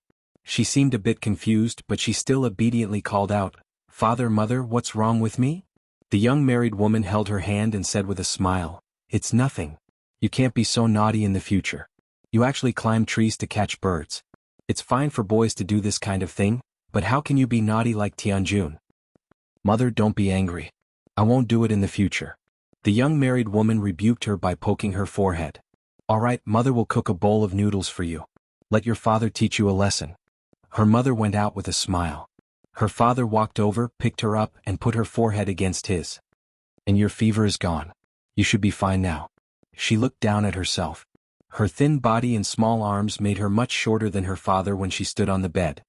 "Father, are you going to scold me?" "Of course not." Her father stroked her head, turned around, and crouched down. "Come here, father will take you. What's so fun about climbing trees? If you want a bird, father will catch it for you. And father is the best, better than eldest uncle and the others." "Of course. Sit tight. Momo." Her father imitated a cow's cry and ran out of the room with her on his back.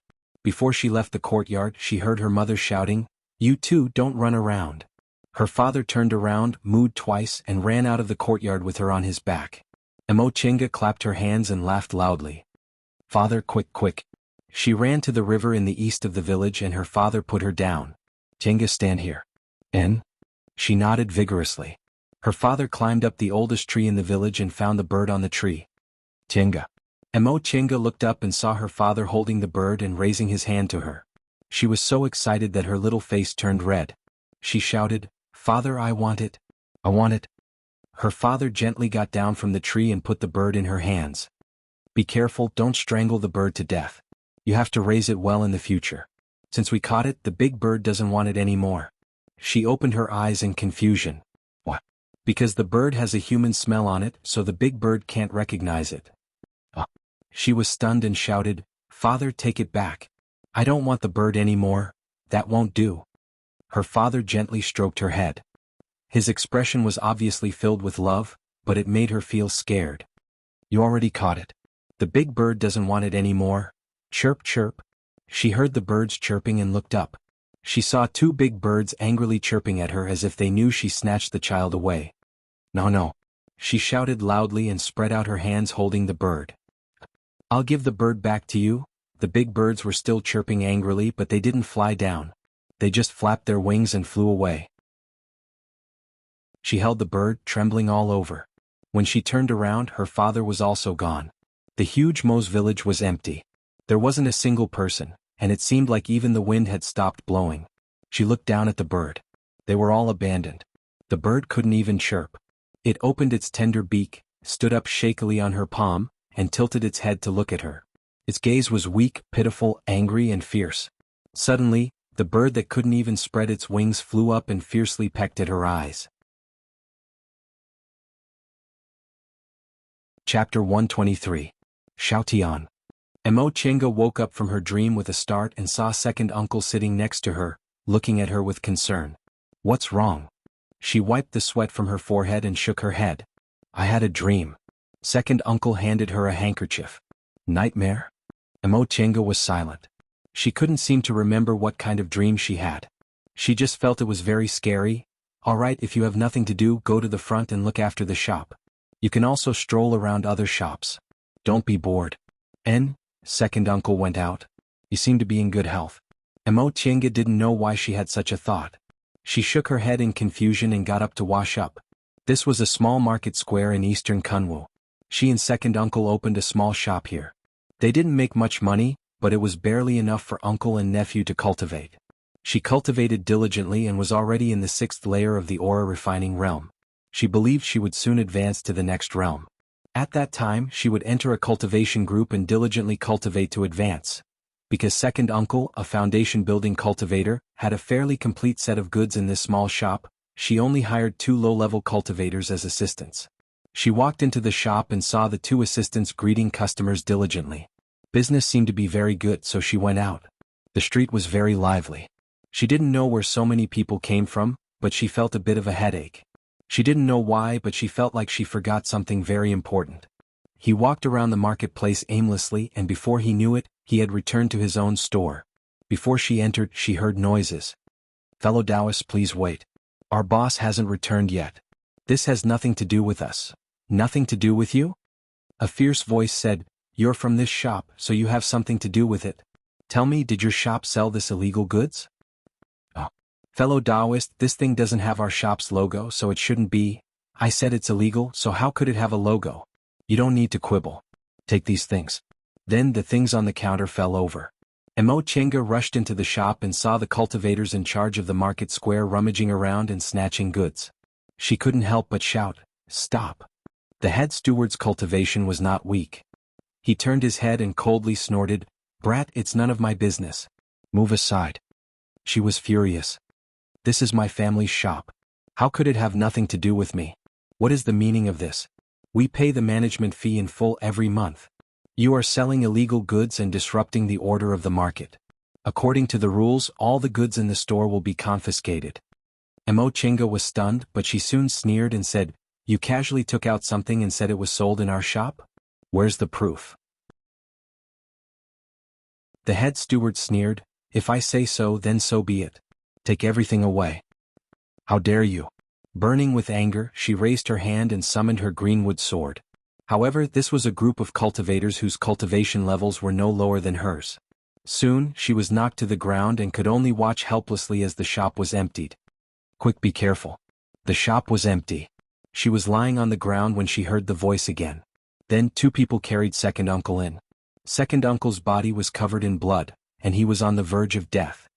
Second uncle, what's wrong? You're his nephew? He was injured by a lightning beast. I'm afraid he won't be able to hold on for long. My condolences. Second uncle. Emo Chenga woke up from her dream again. Again? She sat on the bed in a daze.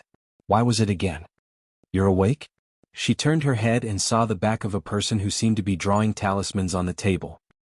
He was holding a brush and glancing at her from the corner of his eyes, but he was still focused on drawing. Senior. Martial brother Chin? She scratched her head, feeling like she had forgotten something. As she called out this name, a thought flashed across her mind. Is this really senior martial brother Chin? But if it wasn't Chin Shi, who could it be? Emo Chenga stood up and got off the bed. Senior martial brother Chin, we should go. Chin, she stood up.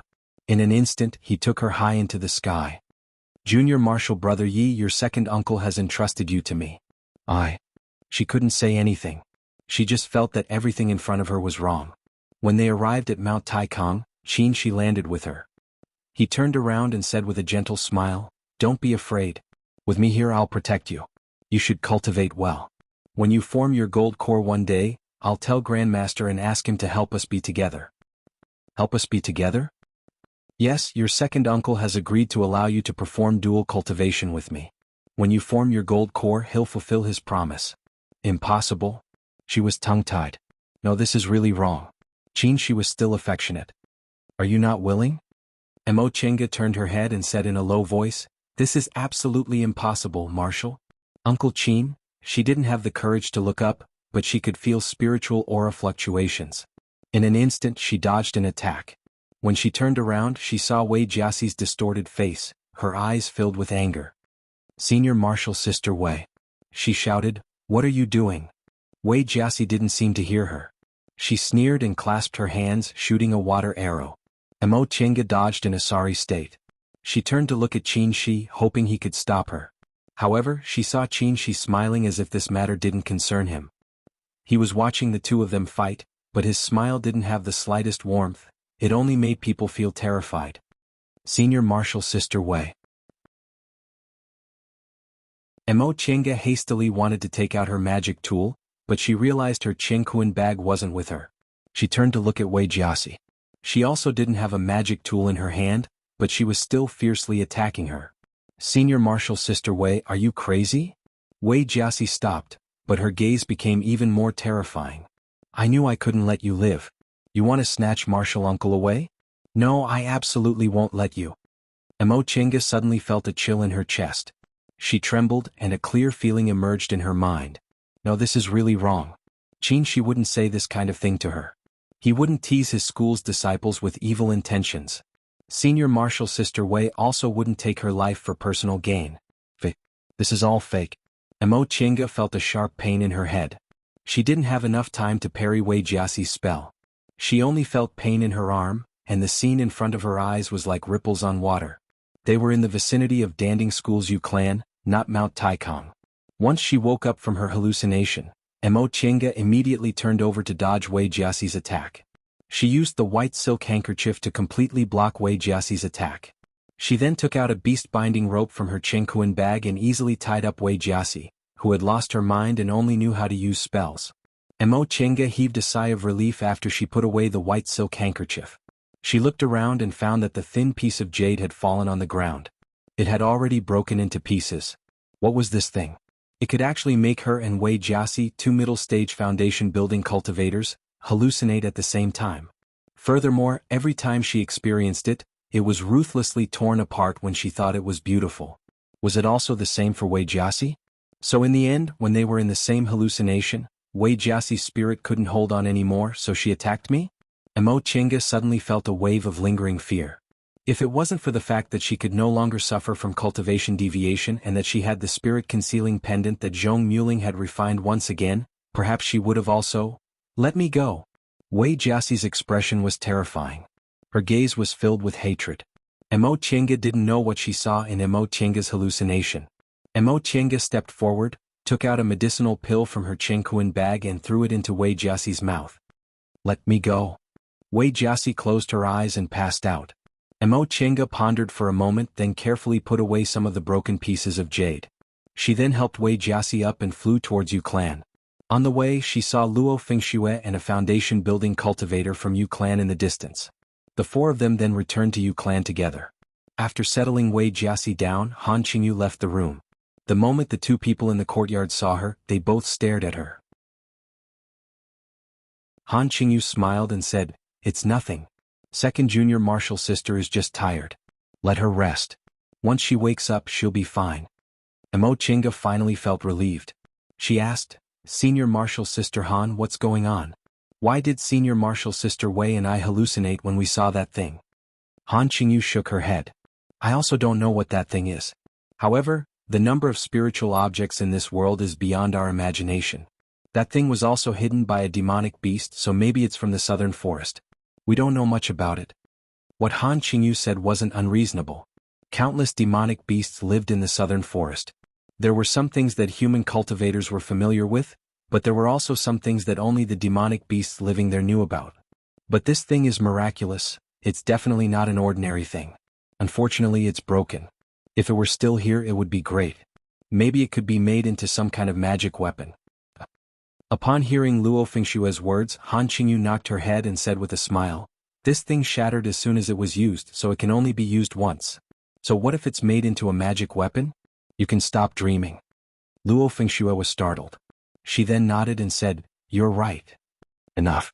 Han Qingyu said sternly, "Tienga, you're saying that when you and second junior marshal sister went to investigate, you only found this wolf and this wolf, right? There weren't any other demonic beasts?" Mo Chenga nodded. "Correct. That wolf monster actually used a spirit-concealing formation, so sometimes we couldn't sense any spiritual aura fluctuations. After they died, I really couldn't sense any demonic aura. Furthermore, there were injuries on their corpses. I'm guessing they were injured and abandoned here by their original spiritual beasts. Since the wolf monster is intelligent, It was afraid its lonely demonic aura would be discovered by us, so it deliberately acted like this. What you said makes sense. Mo Chenga brought back the corpses of the two demonic beasts. Han Qingyu had also seen them, so she also made the same deduction. However, right now she still felt it was a bit unreasonable. But why did the other demonic beasts retreat? Retreating as soon as we arrived isn't something demonic beasts would do. Even if the wolf monster was naturally intelligent, it still wouldn't make such a decision. Then senior martial sister Han means? Han Qingyu smiled. Her gaze deepened a bit. I'm afraid there were high-level demonic beasts dispatching them from behind. Once she said that, Mo Tiange and Luo Fengxue glanced at each other. Their faces gradually paled because they both thought of one possibility. Sending low-level demonic beasts to harass the nearby clans, forcing Danding School to send cultivators out, then launching a counterattack. Chapter 124. Eldest martial sister, what should we do? Luo Fengxue asked anxiously. Han Qingyu didn't say anything, but her expression was very calm. She looked at Wei Jiaxi, who was lying on the bed, and made a decision. Wake second martial sister up first.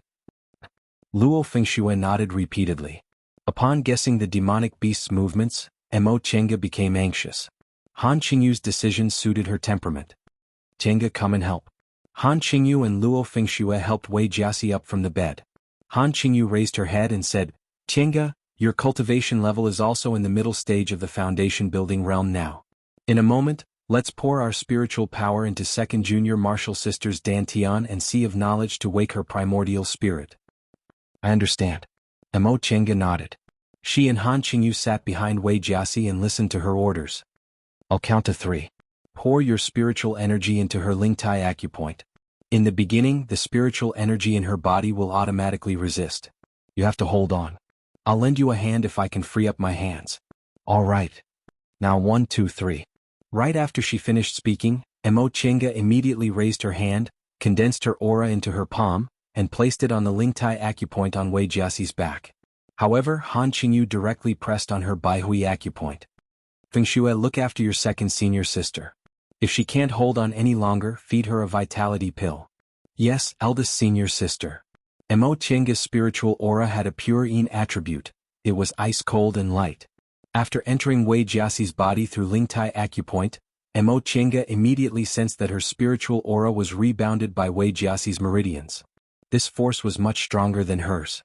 In fact, although the foundation building stage was classified differently from the Qi condensation stage, which was generally divided into early stage, mid-stage and late stage, these 3 minor stages were also divided into 9 levels. Levels 1, 2, 3 were early stage foundation building, 4, 5, 6 were mid-stage foundation building, and 7, 8, 9 were late-stage foundation building. The so-called completion of the foundational building stage was the 10th level, a step away from the core formation stage. Right now, Luo Fengxue had just advanced to the foundation building realm, so she was still in the first layer. Han Qingyu had also entered the late stage of the foundation building realm not too long ago, so she was still in the 7th layer. As for Mo Chenga and Wei Jiaxi, although they were both in the middle stage of the foundation building realm, Wei Jiaxi had been in the foundation building realm for almost 100 years. Although she was still in the middle stage, she was already in the 6th layer. Mo Chenga, on the other hand, had just broken through and was only in the 4th layer. For Qi condensation cultivators, a gap of 2 levels was already enough to affect their strength, let alone foundation establishment cultivators. Once Mo Chenga's spiritual aura entered Wei Jiaxi's meridians, the rebounding pressure made her frown. However, in the next moment she activated the spirit-concealing pendant. This spirit-concealing pendant originally had the function of concealing one's constitution and gathering spiritual aura. The effect of gathering spiritual aura could make the wearer's spells more refined. After Zhong Muling refined it again, this effect became even more obvious.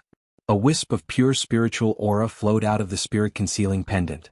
Mo Chenga immediately felt the pressure on her lesson. In addition, her spiritual aura had the attribute of pure Yin, so it was both soft and tough. Very soon, her spiritual aura deftly neutralized Wei Jiaxi's rebound force and advanced along her meridians towards her Dantian. Han Qingyu looked at her in astonishment. She originally wanted to help Mo Chenga later, but she didn't expect Mo Chenga to break free on her own. However, thinking that this junior martial sister of hers had a lot of fated chances, Han Qingyu figured there might be something special about her spiritual aura, so she didn't say anything and focused on slowly guiding her spiritual aura downwards. Before long, Mo Tienga's and Han Qingyu's spiritual auras converged in her dantian. Soon after, this combined spiritual aura flowed along the special passage between her dantian and her sea of knowledge, entering her sea of knowledge. For a moment, the two of them both had pained expressions on their faces, making Luo Fengxue extremely nervous. Mo Tienga indeed felt an enormous pressure in her sea of knowledge. The sea of knowledge was the dwelling place of primordial spirits and was very far away from her dantian. However, her dantian was the only place connected to her sea of knowledge. If she wanted to enter her sea of knowledge, she had to go through her dantian, where her spiritual aura was stored. The spiritual pressure in her dantian didn't make her and Han Qingyu feel too uncomfortable. However, after entering the narrow passage in her sea of knowledge, the two of them felt that they couldn't exert any strength, so they could only slowly move forward bit by bit. Finally, the spiritual aura entered the boundless sea of knowledge.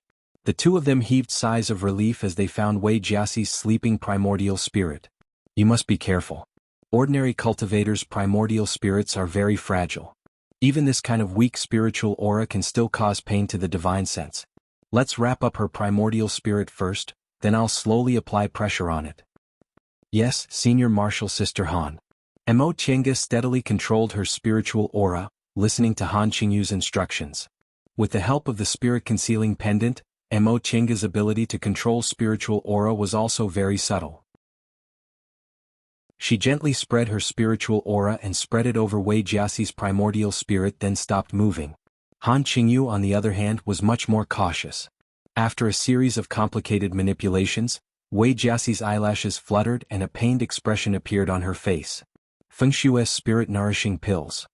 Luo Fengxue immediately took out spirit-nourishing pills and fed them to Wei Jiaxi. Wei Jiaxi's primordial spirit immediately stabilized. Soon after, she opened her eyes. Second Junior Martial Sister, don't move. Wait until we extract the spiritual aura from your meridians, then you can use it.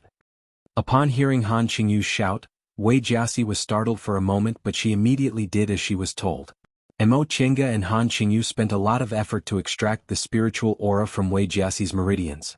The loss of this spiritual aura didn't really matter to them, but the sea of knowledge was a very fragile place.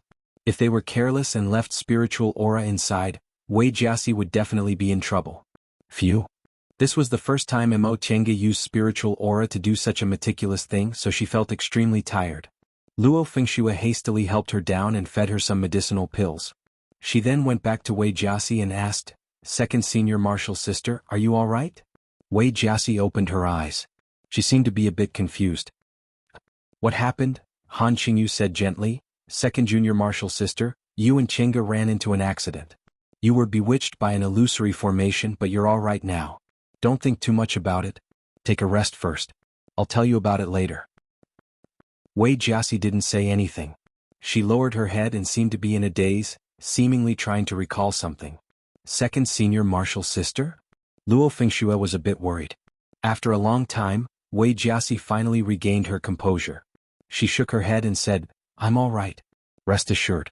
How's the situation now? Han Qingyu smiled and said, I'm here, so what are you worried about? Second Junior Martial Sister, rest well. I'll tell you in detail when you're spirited again. Wei Jiaxi's expression changed, but in the end, she still nodded. This made Han Qingyu and Luo Fengxue feel relieved. They stood up and said, In that case, you rest first. We won't disturb you any longer. Wait.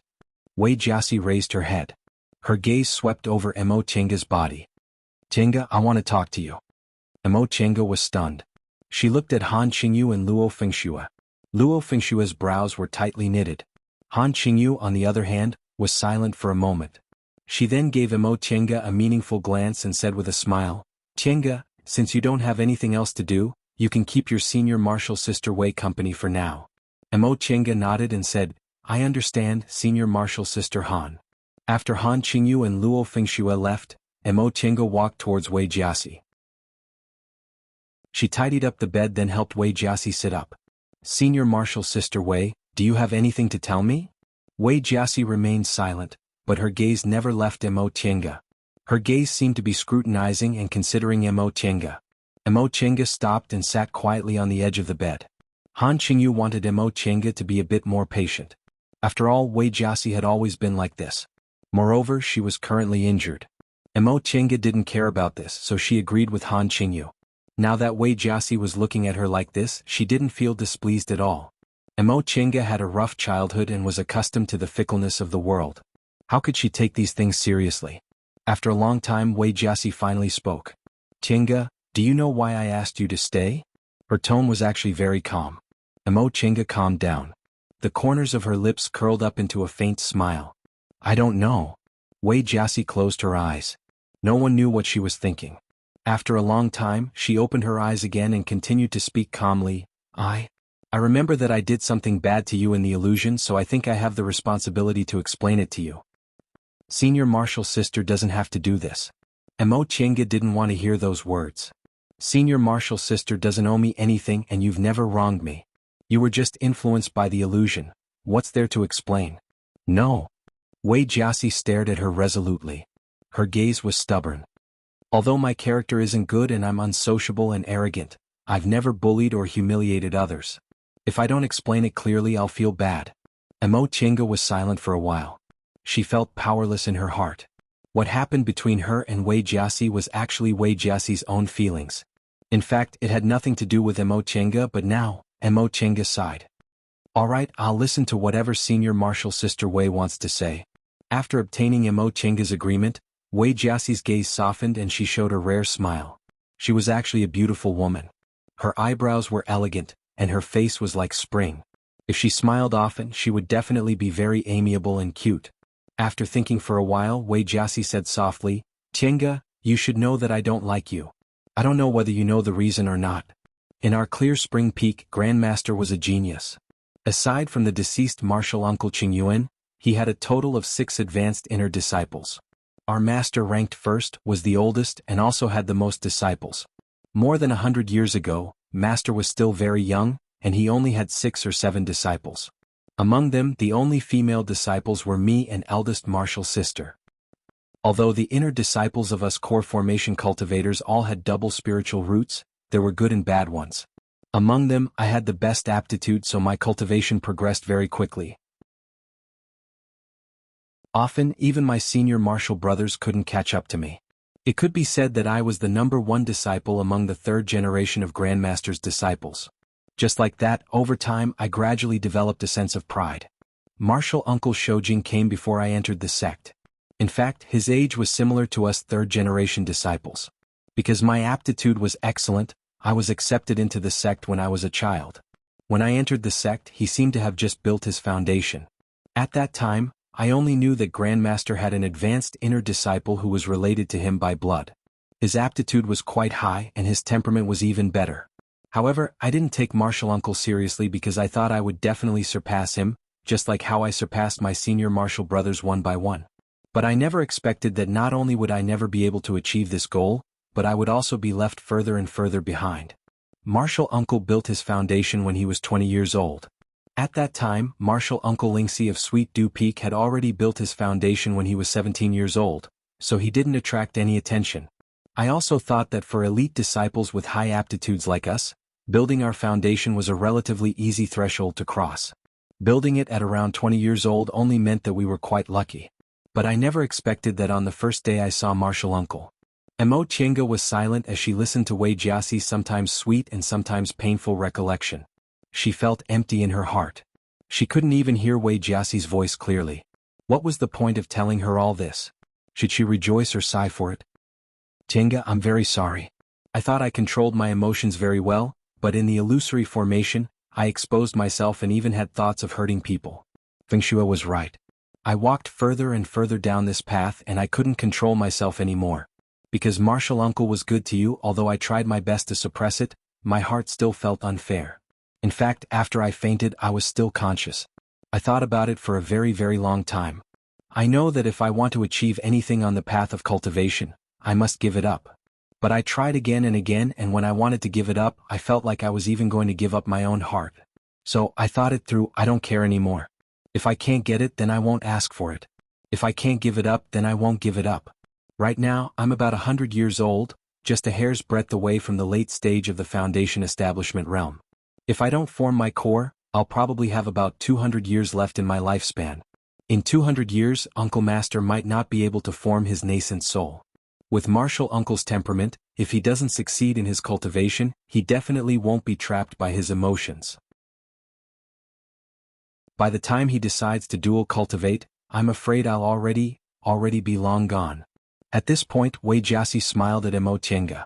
Her gaze was filled with sorrow and determination. She said, "That being the case, what should I be afraid of? Let it be like this for the rest of my life. I won't force it. If I can get it, I'll get it. If I can't let it go, I won't let it go. Whether it's foundation establishment or core formation, it's up to fate." Emo Tiange remained silent. This was the best attitude Wei Jiaxi had ever shown her, but Emo Tiange couldn't force out a smile. Because Emo Tiange clearly felt the sorrow behind Wei Jiaxi's words. This senior martial sister Wei, no matter who it was, she was such a proud person, yet now she was willing to give up her future. But from another point of view, wasn't this also a sign that she'd come to terms with it? This is my love alone. Even if the person I love has nothing to do with it, I'll guard him alone. If I can't get him, I don't care what the consequences will be. Tiange martial uncle he. Senior martial sister Wei, Emo Tiange suddenly interrupted Wei Jiaxi, I think you don't need to tell me this. What happens to martial uncle has nothing to do with me. Wei Jiaxi was also silent, but in the next moment she chuckled softly and said, yes, I was confused. Alright Tiange, please forgive me for what happened in the past. From now on, whether it has nothing to do with you or not, it's all my business. It has nothing to do with you. Wei Jiaxi woke up. Han Qingyu spent some effort to help her recover her strength and finally told her what happened. Wei Jiaxi was silent for a long time. Sure enough, she gave the answer they expected. This must be a conspiracy. Now, Danding School had many of their martial brothers and their master. Luo Fengxue was very anxious. She shouted, then what should we do now? Han Qingyu pondered for a moment and said, it's useless to be anxious now. We've already been delayed here for a while.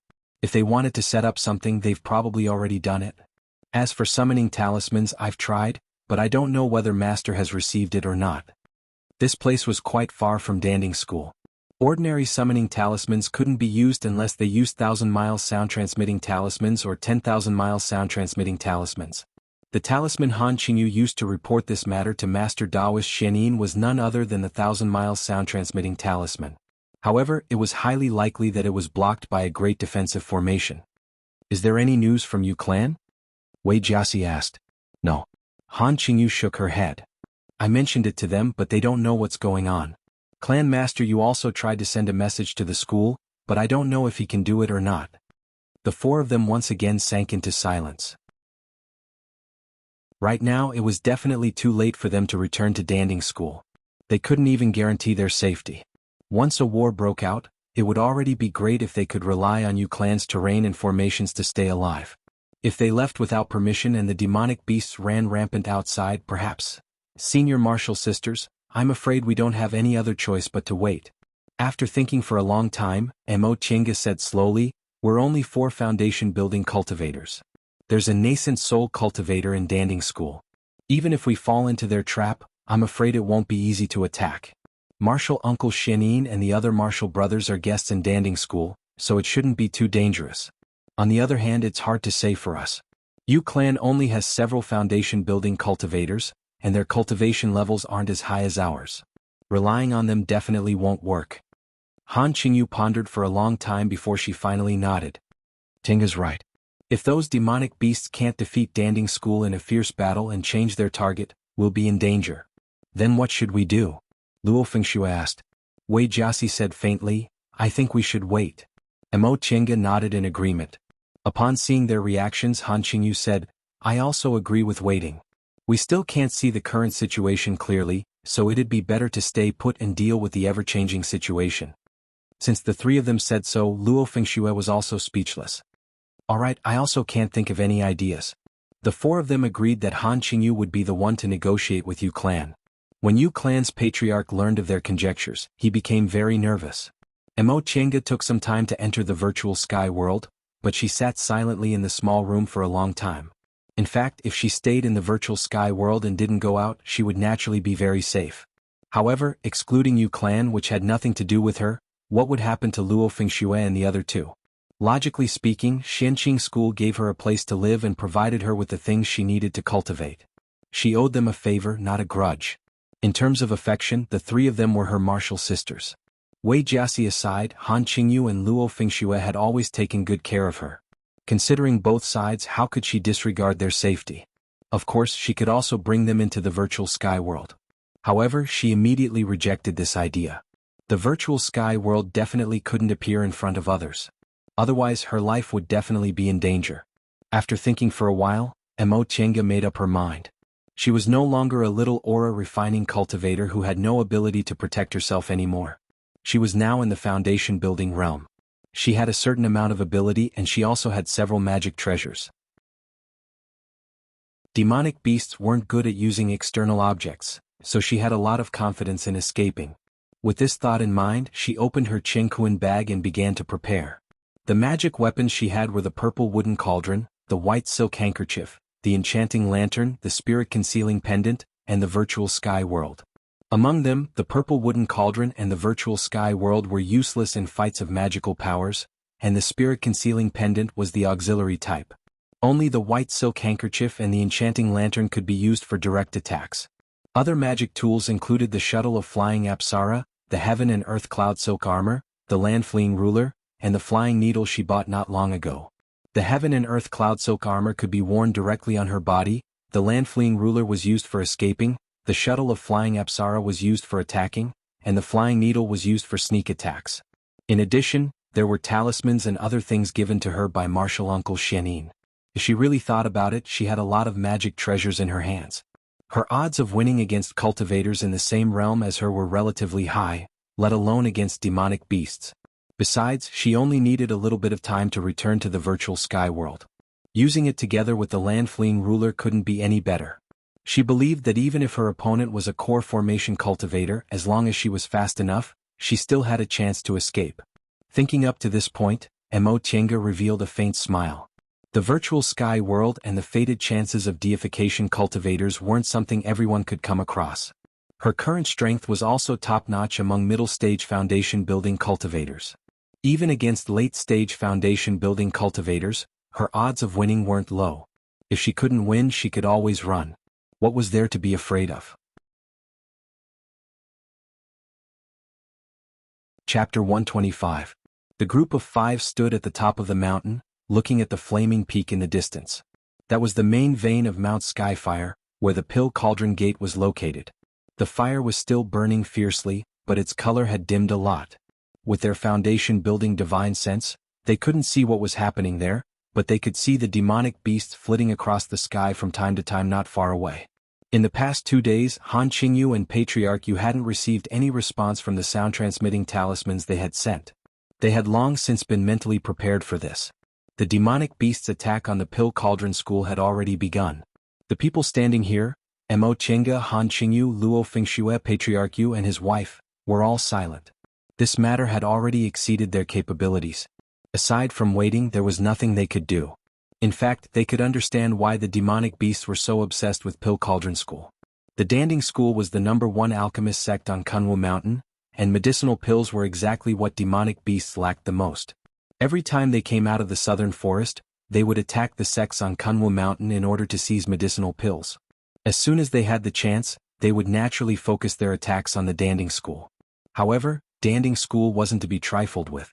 Although it was only slightly larger than a mid-level cultivation sect, it also had 3 nascent soul grandmasters. In addition to the mountain-protecting grand formation, magic treasures, and so on, the demonic beasts would have to expend a lot of effort to capture Danding School. Now these people were happy on one side and worried on the other. They were happy because these demonic beasts completely ignored them and had no intention of attacking them. However, they were worried because if the Pill Cauldron School was attacked, their family and friends, the 5 of them were preoccupied and no one spoke. Wei Jiaxi still hadn't recovered, so the other 2 foundation-building cultivators from Yu clan were responsible for patrolling the area. These people were merely foundation establishment cultivators. In this kind of sect war they could not do much at all. After a long time, Han Qingyu finally said, "Let's go back." Mo Tiange and Luo Fengxue glanced at each other then nodded.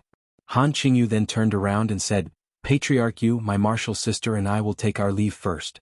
If there are any movements, please inform us." Patriarch Yu's expression was solemn as he cupped his hands absent-mindedly. Han Qingyu shook her head and sighed. She then led Mo Qianga and Luo Fengxue down the mountain. Yu clan was a clan that relied on Pill Cauldron Gate, and they even had cultivators in the sect. Presumably, Patriarch Yu was more troubled than them. If Danding School fell in this demonic beast attack, then Yu clan would definitely not have a good ending. Even if they weren't devoured by the demonic beasts, they wouldn't have any backing in the future and would definitely be bullied and humiliated again. Unfortunately, Yu clan's current foundation building cultivators were all very old. Thinking up to this point, Han Qingyu could only shake her head. Every sect or clan had their own difficulties. Even for herself, it was already very good if she could preserve her own life. Once she returned to her residence, Mo Qianga entered the virtual sky world again to meditate and cultivate. Right now, the war was right in front of her, so she wasn't in the mood to learn pill concocting. The little inferno beast she caught to provide her ardent young real fire was raised in the virtual sky world while she cultivated the soul refining art. Now that she cultivated the soul refining art without any misgivings, she didn't have any misgivings about cultivating the soul refining art. Therefore, in the past few days she devoted almost all of her energy to cultivating it. Right now, her divine sense had more or less formed a physical body. This was her hidden trump card. Even martial uncle Xianin, who gave her the technique, probably didn't expect her to be able to cultivate her divine sense into a corporeal form so quickly. Other people who cultivated this art would tremble with fear. It was simply impossible for them to be like her. Furthermore, after going through the 5 spirits cultivation art, her primordial spirit was no longer as weak as before, so cultivating the soul refining art could be said to be twice the result with half the effort. Her current realm was probably something ordinary people would need to cultivate for several dozen years to be able to compare to. In a fight of magical powers, all kinds of magic tools, magic weapons and talismans had their nemesis, and they were also on guard against each other. The reason why Mo Qianga regarded the soul refining art as her trump card was because she was only in the foundation building realm. She reckoned no one would expect her to be able to control her divine sense to attack others. In the following days, aside from cultivating, she also went out to inquire about the situation of Danding School's war. Their decision not to attack was indeed correct. Since Danding School had nascent soul cultivators, the demonic beasts would naturally only dare to attack them if they had 8th rank or higher cultivators. From what they heard, the demonic beasts had 3 8th rank demonic beasts and 1 9th rank demonic beast. As for Danding School, they only had 3 nascent soul cultivators in total, and all of them were in the early stage of the nascent soul realm. Their strength couldn't be compared to Danding School's. The current war was very tragic. The mountain ridge where Yu clan was located was too close to Danding School. A foundation building cultivator's journey would take a day, but a core formation and nascent soul cultivator's journey would only take a few minutes. Because of this, battles would affect this area from time to time. Fortunately, the power of the 4 symbols formation Mo Qianga modified was quite strong. Now, all Yu clan's cultivators stayed inside the 4 symbols formation and opened it, so they were temporarily safe. However, safety was only temporary. Now that Danding School had fallen, Yu clan would definitely be affected. At that time they would also be involved. What they could do now was to preserve their strength as much as possible. In addition, they weren't Danding School's disciples, so Xianqing School wouldn't ignore Master Daoist Xuanin's presence. Observing the situation, cultivating and waiting for an opportunity. A month later, the battle entered a stalemate. More and more demonic beasts appeared in the vicinity of Yu clan, so they finally couldn't stay out of it. Fellow Daoists, please take a seat. In the middle of the night, while Mo Qianga was still cultivating, Yu clan's steward came to summon the 4 martial sisters. The 4 of them were baffled. Could it be that something important happened? Inside the hall, the moonstones emitted a soft light, illuminating the hall as bright as day. All 4 foundation building cultivators of Yu clan were present. Once Yu clan's patriarch saw them, he smiled and politely asked them to sit. For matters like this, Han Qingyu was the one who handled them. After Mo Qianga greeted the people of Yu clan, she silently sat down on the guest seat. Patriarch Yu, may I ask why you called us sisters here so late at night? After exchanging conventional greetings, Han Qingyu went straight to the point. Hesitation appeared on Patriarch Yu's face. It seemed he found it a bit difficult to speak, so he cast an awkward glance at Han Qingyu. Han Qingyu smiled and said, although you and I don't come from the same sect, we're all on the same boat in the current situation. What else can Patriarch Yu not say? Upon hearing what Han Qingyu said, A resolute expression appeared on Patriarch Yu's face. He nodded and said, "What fellow Taoist Han said makes sense. Therefore, I think it'd be better to explain this matter to fellow Taoists." He paused for a moment before continuing, "Fellow Taoist Han should know that our Yu clan is only a small clan relying on Danding School. We don't have any core formation cultivators, nor do we have any influence. Right now in Danding School, we only have 2 juniors who have hopes of advancing to the core formation realm. There's simply nothing for demonic beasts to covet. I think your master sent you to our Yu clan because he wants to take care of you. Based on this, your future in Shenqing School will definitely be bright."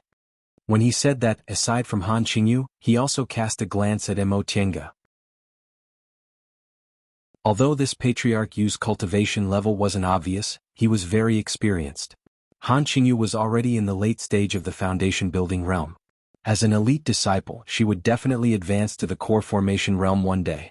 Although she might not succeed, ordinary disciples like them couldn't compare to her. As for Mo Tiange, according to Han Qingyu, she was already in the middle stage of the foundation building realm at such a young age, so her future was also limitless. The current development of the situation has certainly exceeded your expectations. Right now, although our Yu clan can still be considered safe, we're also in a precarious situation. Right now, more and more battles are happening outside the formation. From time to time, cultivators from Danding School ask for help, so our Yu clan can't just ignore them. Fellow Taoists, it's only a matter of time before our Yu clan joins the battle. Today I learned from an injured Danding School cultivator that one of our 2 Yu clan disciples in Danding School has already fallen. At this point, a slight fluctuation finally appeared on Patriarch Yu's calm and tranquil expression. Yu clan only had 2 cultivators with hopes of advancing to the core formation realm. Now that one of them had fallen in the battle, it was a huge loss for Yu clan. Besides, that person might even be a junior of Patriarch Yu's. Patriarch Yu continued, "Since the situation is like this, I'll tell fellow Taoists the truth." Patriarch Yu straightened his expression and a resolute expression flitted across his face. He said word by word, "Since we can't avoid this disaster, our Yu clan will join the battle from now on." Mo Tiange and the others raised their heads and looked at each other, but none of them said anything. In fact, they weren't surprised. Yu clan would be dragged into the demonic beast battle sooner or later. However, they were a bit surprised that Patriarch Yu was so resolute. Mo Tiange looked to her left and right. When Madame Yu heard what Patriarch Yu said, she quietly held Patriarch Yu's hand as if she wanted to comfort him. The other 2 foundation-building cultivators of Yu clan also calmly looked at Patriarch Yu. Obviously they approved of his decision. Han Qingyu was silent for a moment before she finally raised her head and said with a smile, "We admire fellow Taoists' decisiveness." Patriarch Yu smiled and said sincerely, "But if we do this, we'll be wasting your master's painstaking efforts. Fellow Taoists came to our Yu clan to help us protect our clansmen, but now we're going to drag fellow Taoists down with us. I feel guilty about this matter, so I'm telling you this frankly. For the sake of your own safety, fellow Taoists can leave. We definitely won't stop you." Patriarch Yu's expression was sincere and didn't seem fake. However, this matter was of great importance, so Han Qingyu didn't immediately make a decision. Instead, she pondered for a while before she said, "Patriarch Yu, since that's the case, could you let us martial sisters discuss this matter for a while?" "Of course." Patriarch Yu revealed a smile. "Our Yu clan will join the battle tomorrow. Fellow Taoists can go back and discuss it in detail. If you come to a decision, it won't be too late to tell us tomorrow." "In that case, many thanks." Han Qingyu stood up and saluted him. Patriarch Yu hastily returned the salute. "We don't dare." Mo Tiange could see that Patriarch Yu naturally wanted them to stay. After all, their strength was far superior to the foundation-building cultivators of Yu clan. However, the current situation was unpredictable. Core formation and even nascent soul cultivators would participate in the battle, so staying here wasn't safe. Besides, they were Shenqing School disciples, so they couldn't be offended. The 4 martial sisters returned to the small courtyard they lived in and gathered in Han Qingyu's room. For a while, the 4 of them didn't say anything. Even Luo Fengxue, who was the most talkative, looked like she had a lot on her mind. After a long time, Han Qingyu raised her head and swept a glance at them. She said, "All right, do you have anything you want to say? This matter is of great importance, so I won't use my eldest martial sister's name to make a decision. If you have something to say, you can speak frankly." Eldest martial sister. Luo Fengxue wanted to say something but hesitated. Mo Tiange and Luo Fengxue had been friends for several years. Upon seeing the struggle on Luo Fengshue's face, Mo Qingge could roughly guess what Luo Fengshue wanted to say. Han Qingyu said, "There's only us martial sisters here, what's there to be afraid of?" Luo Fengshue looked at Wei Jiasi and Mo Qingge then said, "Eldest martial sister, we're not Danding school disciples. Now that the situation is critical, they definitely won't blame us if we leave on our own." Han Qingyu nodded. "You're right. We cultivators don't value loyalty like chivalrous people do. Now that we're out of our strength, we can naturally leave." Having obtained Han Qingyu's affirmation, Luo Fengshue felt reassured. She stared at Han Qingyu expectantly and said, "Then we?" Han Qingyu shook her head. "That's not what I'm thinking. Think about it. Right now the flames of war are everywhere. Even if we leave this place, how are we going to return to Shenqing school?" Luo Fengshue was stunned. She wasn't good at fights of magical powers, so she naturally hoped to leave the war situation as soon as possible. However, what Han Qingyu said was also true. "When we leave Shenqing school, our masters and martial uncles will send us back with flying magic weapons. If we return to Shenqing school on our own, I'm afraid it'll take us 1 or 2 months. On the way back there will be flames of war everywhere. How are we going to protect ourselves?" Luo Fengshue couldn't answer this question. "Eldest martial sister, do you support staying here?" Han Qingyu slowly shook her head. "No. For the time being, I can't think of a solution. I still don't have an idea." Luo Fengshue was also silent. Han Qingyu then looked at Wei Jiasi. "Second junior martial sister, what do you think?" Wei Jiasi's cultivation level had already recovered in the past few days, but her complexion was still pale. When she heard Han Qingyu's question, she seemed to be in a daze. Han Qingyu called out again, "Second junior martial sister?" Wei Jiasi suddenly realized that the three people's gazes were on her, but she only said, "I'll let eldest martial sister decide." Upon seeing Wei Jiasi's appearance, Han Qingyu sighed inwardly. In the end, she turned towards Mo Qingge and asked, "Qingge, what about you?" Mo Qingge muttered to herself for a long time before she finally said, "Senior martial sister Han, I think we'd better stay here for the time being and observe the situation." "Stay here?" Han Qingyu and Luo Fengshue glanced at each other, then shifted their gazes to Mo Qingge. Mo Qingge nodded. "Correct. Senior martial sisters, let me put it this way. I'm quite confident in you clan's 4 symbols formation. Unless several core formation cultivators or above attack it, it won't be broken. Moreover, with senior martial sister Han in charge and senior martial sister Luo familiar with personnel management, and me in charge of the formation, the chances of us persevering are very high." Mo Qingge quickly swept her gaze over them then said, "Of course this also has its risks. If this place is noticed by high-ranked demonic beasts and they focus their attacks on us, we might not be able to escape." Han Qingyu and Luo Fengshue both sank into contemplation. Compared to what Mo Qingge said earlier, the risks weren't too great.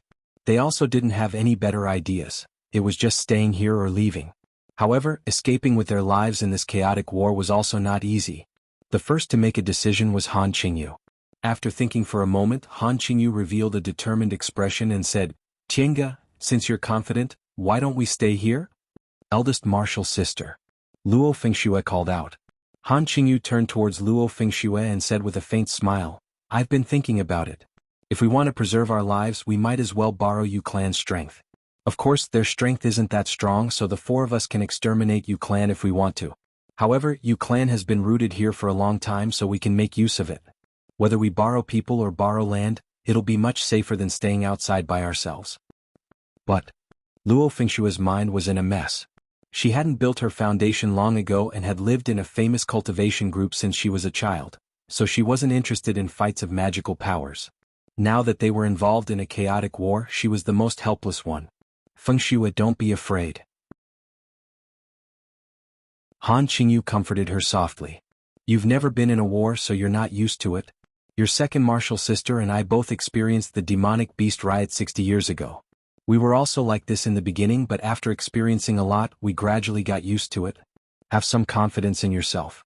You're a disciple of a famous cultivation group, and you also have magic tools and magic weapons bestowed upon you by Master. You're much stronger than other people, so what's there to be afraid of?" After being comforted, Luo Fengshue actually calmed down a bit.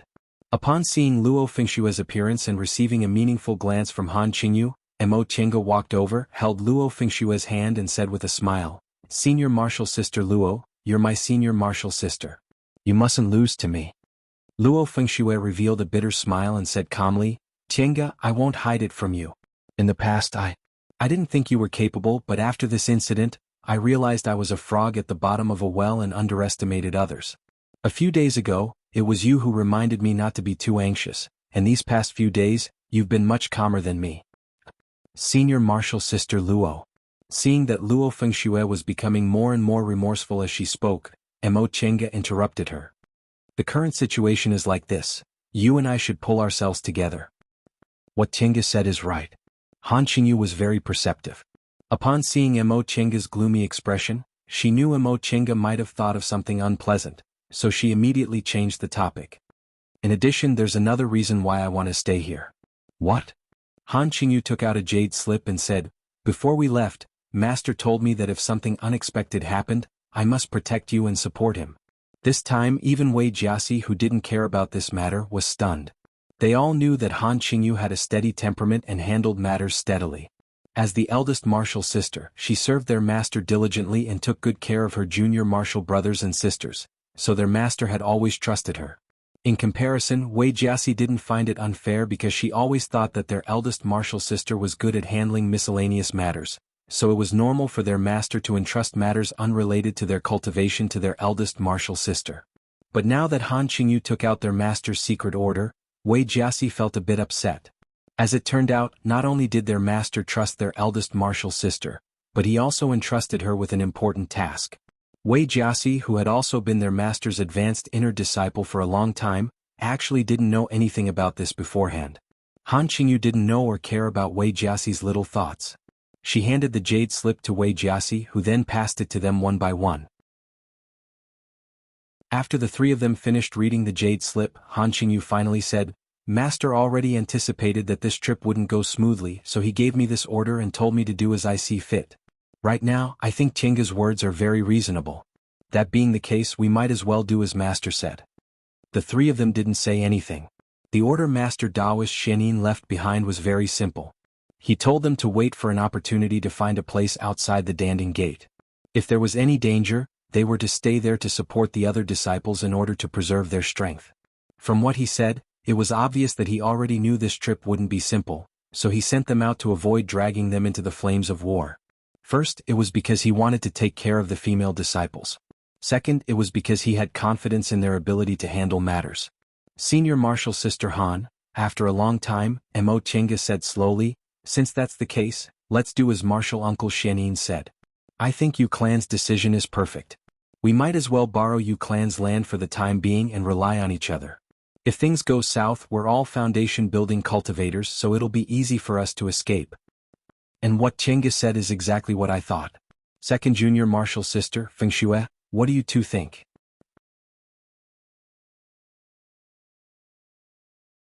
Chapter 126.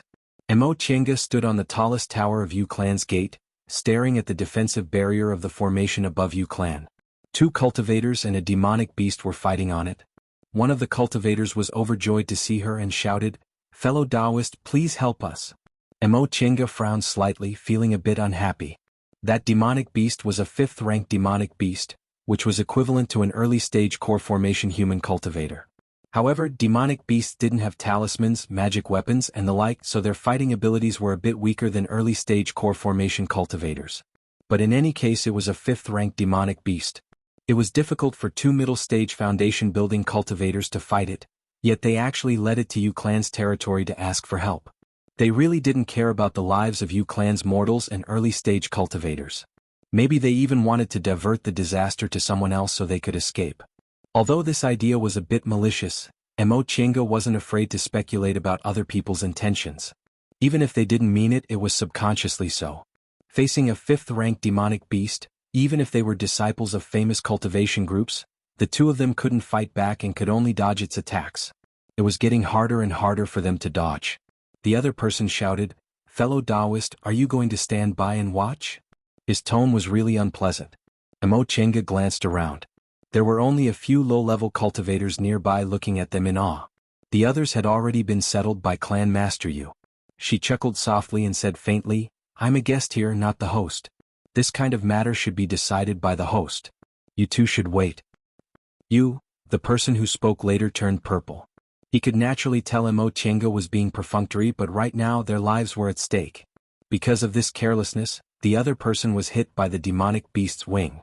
He screamed and flew out. Junior Marshal brother. The person shouted and glared at Mo Chenga. He started to lead the demonic beast around in circles. He really couldn't hold on any longer. Fortunately, Clan Master Yu and his wife hurried over. Seeing this scene, he said to Mo Chenga, "Fellow Taoist Mo, please help us." Mo Chenga knew what he meant and nodded. "I'll open the formation. You go and save the injured person. Remember, you have to be fast. There's only half an hour left. If you can't come in by then, I'll close the formation for the safety of others." Yes. In the past few days they had received a lot of cultivators one after another. Patriarch Yu was also very clear about Mo Chenga's rules. Now if she said one incense stick was one incense stick, then it was one incense stick. What's more, a rank 5 demonic beast had appeared this time, which was beyond their ability. It was already very good that they could save people. Clan head Yu shouted, "Fellow Taoist above, we will open the array formation for the time it takes for an incense stick to burn. Please come in as soon as possible. If you can't come in, there is nothing we can do."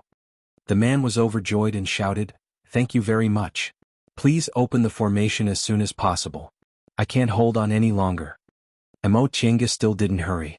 She put her palms together, made a hand seal, and began to read an incantation. This ancient 4 symbols formation wasn't controlled by formation flags like today's.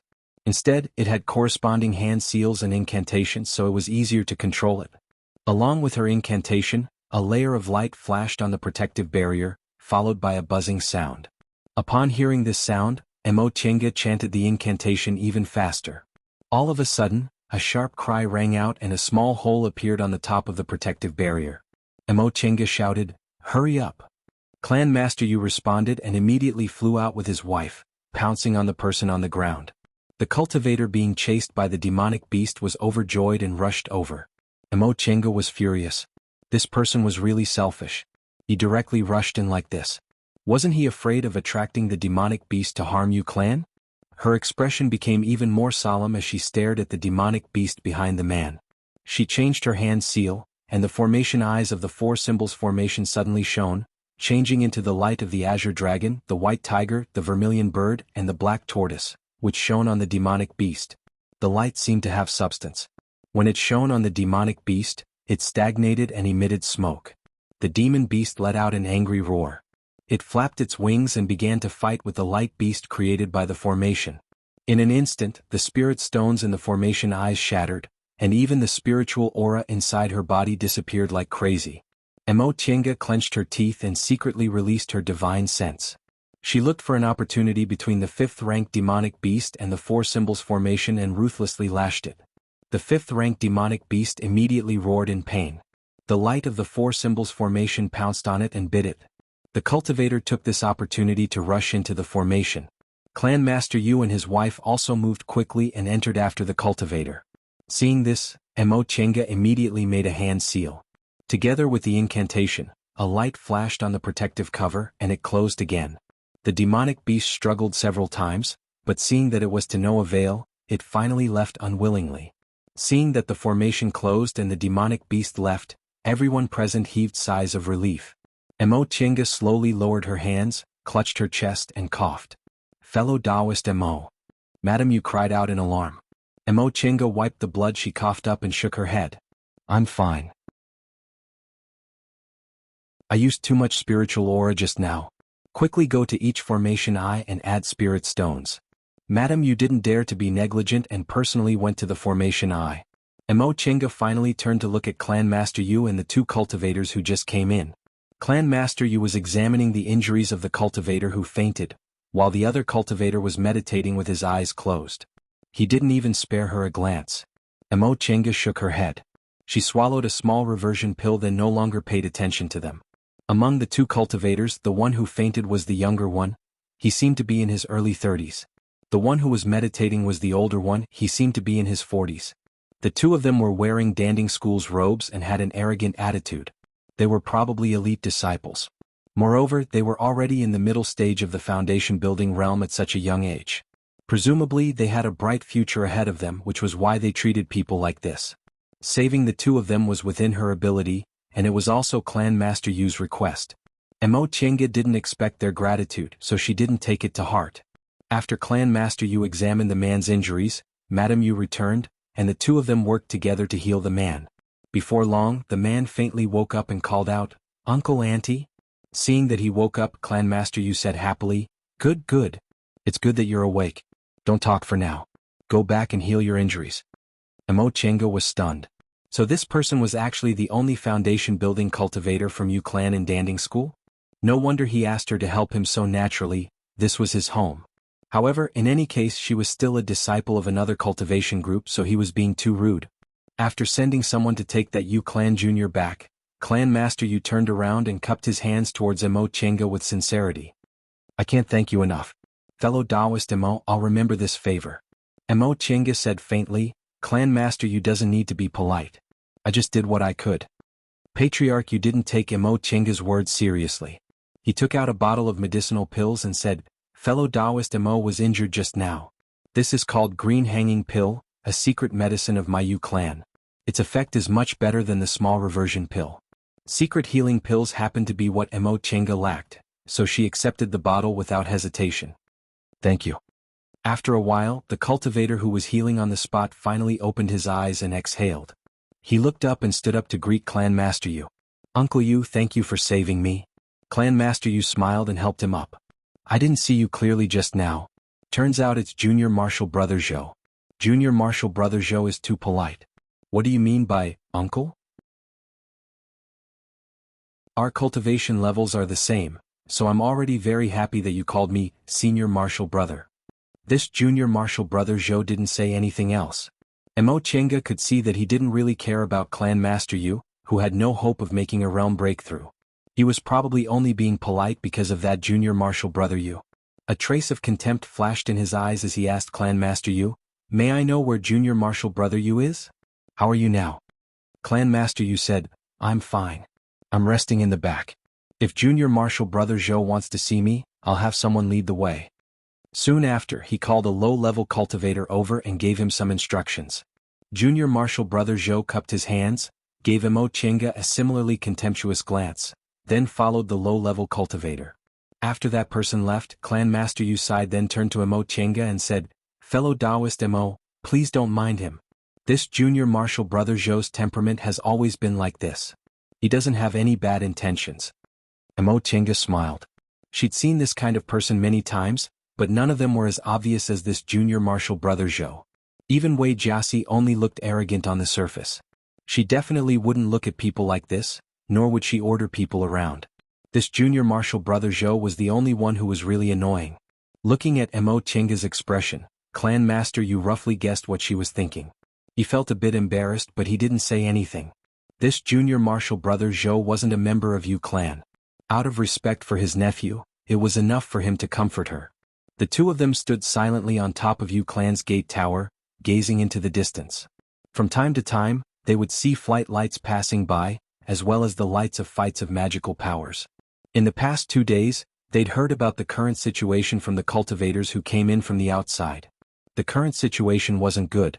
All of Danding School's disciples had been sent to the battlefield, and even the part-time disciples were no exception. Since part-time disciples were also sent to the battlefield, it was clear how desperate the situation was. Later, part of Danding School's great mountain protecting formation was shattered. All the cultivation clans attached to it received Danding School's order to fight. Of course, not all clans obeyed the order. Now that Danding School was on the brink of destruction, some people naturally wanted to stay out of trouble. However, demonic beasts wouldn't negotiate with humans, so they could only hope they were lucky and didn't run into a high-level demonic beast. There were many reasons why Yu Clan participated in the war. First, Yu Clan was too small. If they wanted to preserve their strength before choosing a strong cultivator to attach themselves to, they might as well gamble with their lives that Danding School, a cultivation group that had existed for several thousand years, wouldn't be defeated by a demonic beast riot. Second, one of Yu Clan's promising foundation-building cultivators had already died in this chaotic war. Although they were angry, they actually let go of the matter. No matter how bad things were, they might not necessarily be able to preserve their strength, so they might as well fight with their lives on the line. Because of this, Mo Chenga rather admired this Clan Master Yu. Being able to be so decisive, this clan master you could also be considered a character. She heard Danding School had sent out countless summoning talismans asking for help. Presumably, in a month or two their comrades would come to help. If it was too early, those people wouldn't want to sacrifice themselves. If it was too late, Danding School would be defeated, which would most likely affect the level of pill concocting in all of Kunwu. Presumably they just had to endure until then. The two of them watched silently for a while. Then Clan Master Yu suddenly said, "In a few days it'll be the new year." Emo Chenga was dumbfounded. Cultivation was timeless, and cultivators didn't pay attention to this kind of secular ceremony. Whether it was in Yungwu sect, Shenqing school or when she was with second uncle, they never celebrated the new year. At most they only told her that she'd grown 1 year older. Since this clan master Yu suddenly brought it up like this, it seemed the people of cultivation clans paid more attention to these things. Gazing at the firelight in the distance, Clan Master Yu smiled gloomily and said, "During the new year last year my other grandnephew advanced to the foundation building realm when he was just 30 years old. At that time, we thought Yu clan's future was bright and might produce a core formation cultivator. Unexpectedly during this new year, my grandnephew already passed away." Clan Master Yu didn't say anything, but Emo Chenga could still feel his sorrow. For cultivators of cultivation clans, having no successor was probably the most sorrowful thing. Just like Yi clan in the past. Even though they produced an amazingly talented core formation cultivator, they had no successor and in the end, they had to withdraw from Mount Qingming in dejection. Clan Master Yu wiped the corners of his eyes, then turned around and said with a smile, "Fellow Taoist Emo, don't blame me. I'm old, so I tend to let my imagination run wild." Alas, Emo Chenga shook her head. "It's nothing." The two of them were silent for a while. Then Clan Master Yu asked, "Fellow Taoist Emo, you're quite young. You don't seem to have a technique to preserve your appearance. May I know how old you are?" Emo Chenga paused. Asking about someone's age was something cultivators rarely did. However, this Clan Master Yu was quite old, so treating him as an elder wasn't a big deal. She thought for a moment then answered, "After this new year, I'll be 25. 25. Clan Master Yu was shocked. "Fellow Taoist Emo, you're already in the middle stage of the foundation building realm, but you're actually only 25? Emo Chenga nodded. Although it was surprising, the middle stage of the foundation building realm wasn't a shocking cultivation level, so it wasn't a big deal. Clan Master Yu sighed from the bottom of his heart. "No wonder your senior martial sister praised you for being young and promising. I thought my grandnephew could be considered outstanding among the elite disciples of big cultivation groups, but compared to fellow Taoist, he's really not worth mentioning." Emo Chenga smiled but didn't feel proud of herself. "Clan Master Yu, you're too polite. In fact, it hasn't been long since I built my foundation. I only managed to enter the middle stage of the foundation building realm because of my elder's love and some fated chances. I'm really ashamed to say this." "Hey," Clan Master Yu said earnestly, "fated chances are also a part of strength. Fellow Taoist Emo, you really don't need to be so modest. If it were my untalented sons and grandsons, even if they were given enormous fated chances, I'm afraid they still wouldn't be able to advance to such a realm." Emo Chenga still smiled and cupped her hands at Clan Master Yu's praise. Clan Master Yu's words showed that he didn't know what kind of great fated chances she'd encountered. After obtaining the art of the origin, her crippled spiritual roots suddenly became heaven-gifted. After obtaining guidance from a deification cultivator, her future cultivation journey would be shortened by at least 10 to 20 years compared to others. Coupled with the 5 spirits body cultivating fate, she could be said to have reduced the time she needed to cultivate the deification art by more than half. Lastly, there was the virtual sky world. Although she hadn't had the time to use the greatest treasure inside, the formation in front of her now came from it. If it was before, she would have definitely been like Clan Master Yu, thinking that fated chances were only auxiliary. However, after obtaining them, she realized that fated chances really couldn't be underestimated. Back then, there was a rumor in Kunwu that a cultivator with an extremely poor aptitude obtained an enormous fated chance and advanced to the nascent soul realm. With his divine power, he could run amok in the celestial pole. Now it seemed like it was the truth. Clan Master Yu said, "Fellow Taoist Mo, may I know which Master Taoist of Shenqing School you and your fellow martial sisters are under?" When they came, they only said they received orders from their master and accepted Danding School's dispatch to provide assistance, but they didn't mention their master's name. With Clan Master Yu's status, he probably wasn't qualified to know these things. However, this matter wasn't a secret. Mo Chinga said, "My senior martial sisters are all martial uncle Xuanin's disciples. I was also taught by martial uncle Xianin, so we can be considered to be from the same sect." "I see." Clan Master Yu didn't ask why she called him martial uncle alone. After all, this kind of matter was a personal secret. The two of them chatted for a while. Clan Master Yu saw that Mo Chinga had this kind of cultivation level at such a young age and treated people very calmly, so he wanted to befriend her. Thus, Mo Chinga also treated him amiably. Perhaps they'd really be useful in the future by forming a predestined relationship.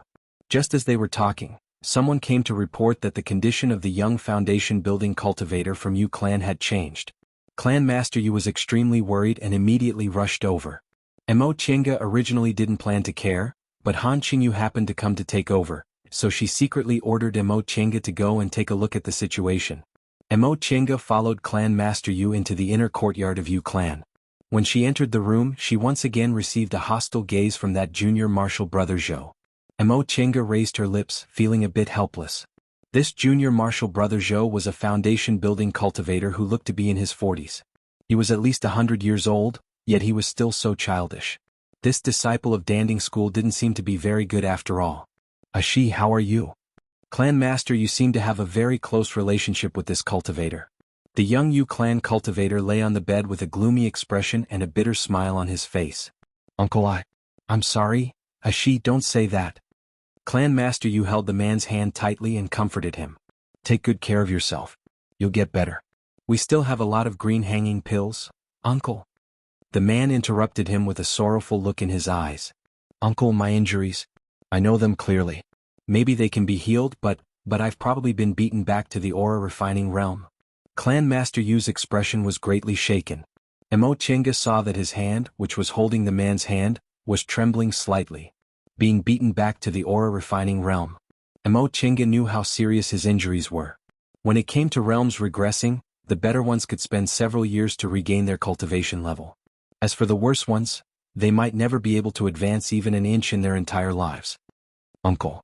Upon seeing Clan Master Yu's expression, the man's eyes were filled with tears. "I'm sorry.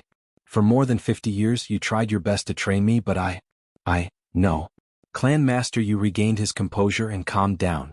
His voice was firm. "Ashi, don't worry. When the war is over, Uncle will help you think of a way. Don't think too much about it now. Our Yu clan is still fine. We have to get through this hurdle first." The man wiped away his tears. Probably because he didn't want Clan Master Yu to feel sad, he nodded and said, "Yes, Uncle, don't worry. I don't want to die yet." However, Mo Chinga clearly saw desolation in his eyes. He obviously knew he wouldn't be able to recover. Mo Chinga shook her head inwardly. With her eyesight, she could roughly see that this man was indeed in bad shape. His meridians were severely damaged. Even if his dantian was fine, he would at least fall back to the early stage of the foundation building realm.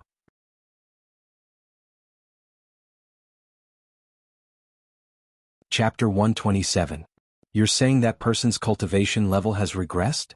Upon hearing Han Qingyu's question, Mo Chinga nodded and said, "That's right. I can see that his meridians were damaged too seriously, so his cultivation level regressed." Han Qingyu pondered for a moment, then sighed. "This is troublesome." Mo Chinga stared at her strangely. "Senior Martial Sister Han, we didn't consider this Yu clan cultivator to be part of our fighting force. Why is it troublesome?" Han Qingyu said, "Think about it. This clan master Yu decided to participate in the battle because another foundation building junior died. Could it be that because this junior's cultivation level regressed back to the aura refining realm, Yu clan lost all hope and decided to fight to the death with the demonic beasts?" Mo Chinga was shocked. "This is very possible." Seeing that Mo Chinga understood this point, Han Qingyu smiled bitterly. "If it were me, I might also do the same.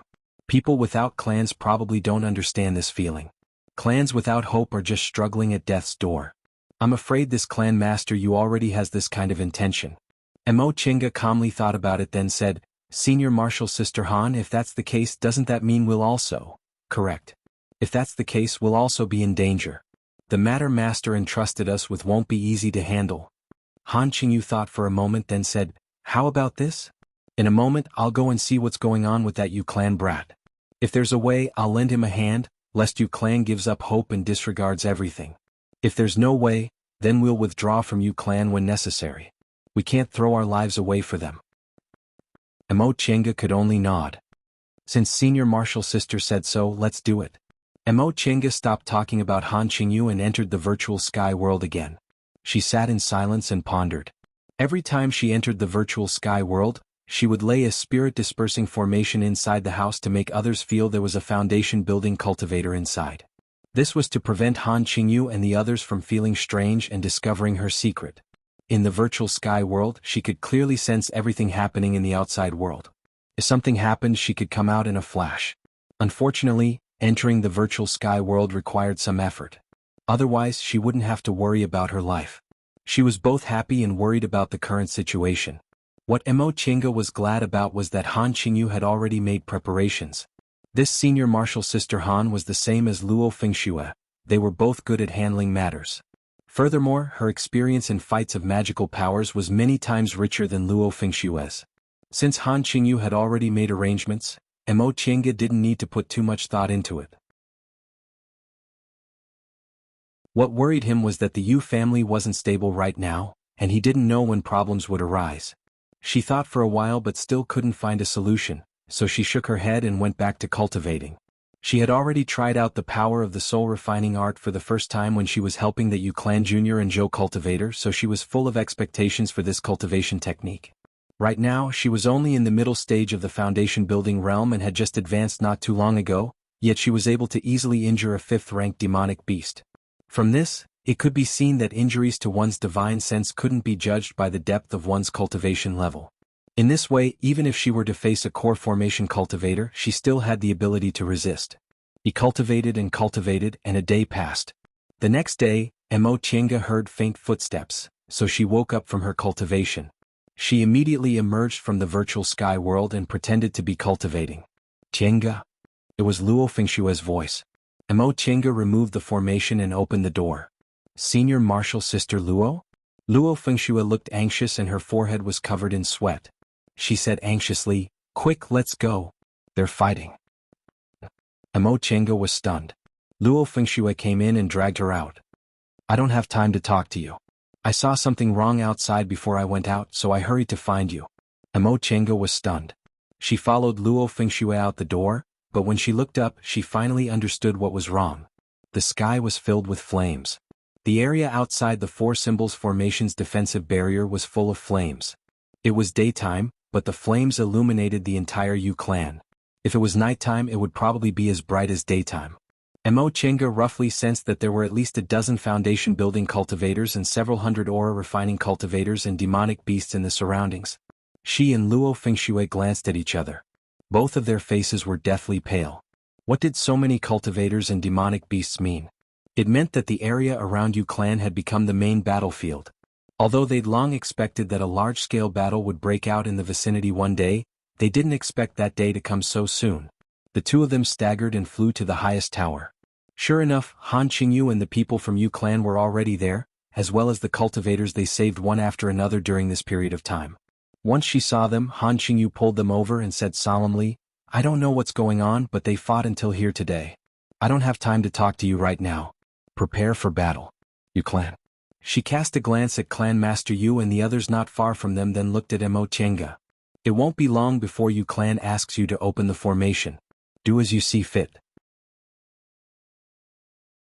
Emo Chenga cast a glance at them, then said in a low voice, "Senior martial sister Han means..." Han Qingyu smiled bitterly.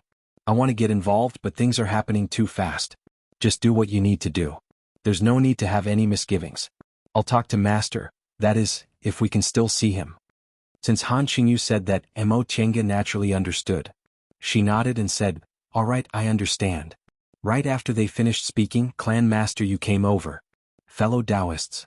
Without waiting for them to finish greeting each other, Clan Master Yu's gaze fell on Emo Chenga. "Today I'll have to shamelessly ask fellow Taoist for help again." Emo Chenga nodded. She didn't waste time talking nonsense with him and asked straightforwardly, "Clan Master Yu, when do you plan to attack?" Clan Master Yu glanced at the defensive barrier in the sky, then shifted his gaze to the numerous fighting figures in the distance. His expression became firm. "Now. What about the mortals and low-level cultivators?" Clan Master Yu's expression turned bitter. I've already moved them to the back of the mountain. It'd be best if they can survive, but if they can't, they can only blame themselves for being unlucky. Since things had reached this point, there was nothing left to say. Mo Chenga took a few steps forward, then laid a simple defensive formation next to her position. She then started to make hand seals, closed her eyes, and recited some incantations. As she recited the incantations, the four symbols formation suddenly emitted a burst of light. The lights of the four symbols, azure dragon, white tiger, vermilion bird, and black tortoise, appeared in the east, west, north, and south. After a flash, a gap appeared in the middle. Clan Master Yu shouted, "Fellow Taoists, if you can't hold on, please quickly enter the formation." Upon hearing such good news, all the cultivators in the fierce battle were delighted. Some clenched their teeth and persevered in killing demonic beasts, while others looked relieved and rushed towards the gap. Whenever a demonic beast chased after them, the lights of the four symbols leaped from the four directions and tore the invaders apart. Several cultivators from Clan Master Yu also jumped out of the gap and began to fight with the demonic beasts. Although Mo Chenga had seen the scene of humans and demons fighting on the day she left Mount Taikong, it was far inferior to what she saw today. In the secular world, hunters hunted beasts and occasionally died in beast stomachs. In the cultivation world, humans hunted beasts and were swallowed by them if they slipped. However, in any case, it was usually humans who dominated, but this wasn't the case today. Seriously speaking, there were more demons, so this battle became even more tragic. Demons used their claws and fangs, humans used their magic weapons and talismans, and they crowded together. Sometimes humans killed demons and sometimes demons ate humans. Fortunately, there were no demonic beasts in the 5th rank or higher this time, so Mo Chenga didn't find it too strenuous to control the four symbols formation. She just had to take restorative panaceas from time to time to replenish her spiritual aura. Han Qingyu and Wei Jiasi guarded the gap in the formation to reduce the pressure on Mo Chenga. Meanwhile, Luo Fengxue guarded her, feeding her medicinal pills and conveying her intentions to the surrounding cultivators. Mo Chenga didn't know how long this battle lasted. She only felt like blood was flowing like a river. There were several times when she wanted to give up and enter the virtual sky world, regardless of whether others lived or died. However, the precarious situation of the formation made her realize the heavy burden on her shoulders. Even if she wanted to leave, she had to make some arrangements. Otherwise, she would be the first one to suffer the formation's backlash. 5th rank demonic beasts. Those are 5th rank demonic beasts. Someone shouted. Mo Chenga suddenly looked up and saw two demonic beasts flying towards her from the horizon. In an instant, both her and Luo Fengshue's faces turned pale. 5th rank demonic beasts were in the early stage of the core formation realm.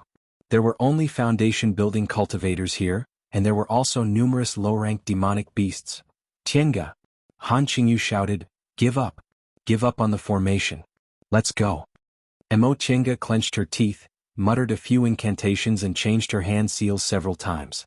She then pulled Luo Fengxue, took out the white silk handkerchief and dashed towards the gap in the formation. She temporarily used a secret technique to suppress the formation. Without anyone presiding over it, it could probably hold on for about an hour. During this time, whether they fought or fled, there would presumably be a result. "Senior Marshal Sister," Mo Chenga asked once the four of them met up, "what should we do?" Han Qingyu swept her gaze over the surrounding cultivators who had already begun to flee in panic.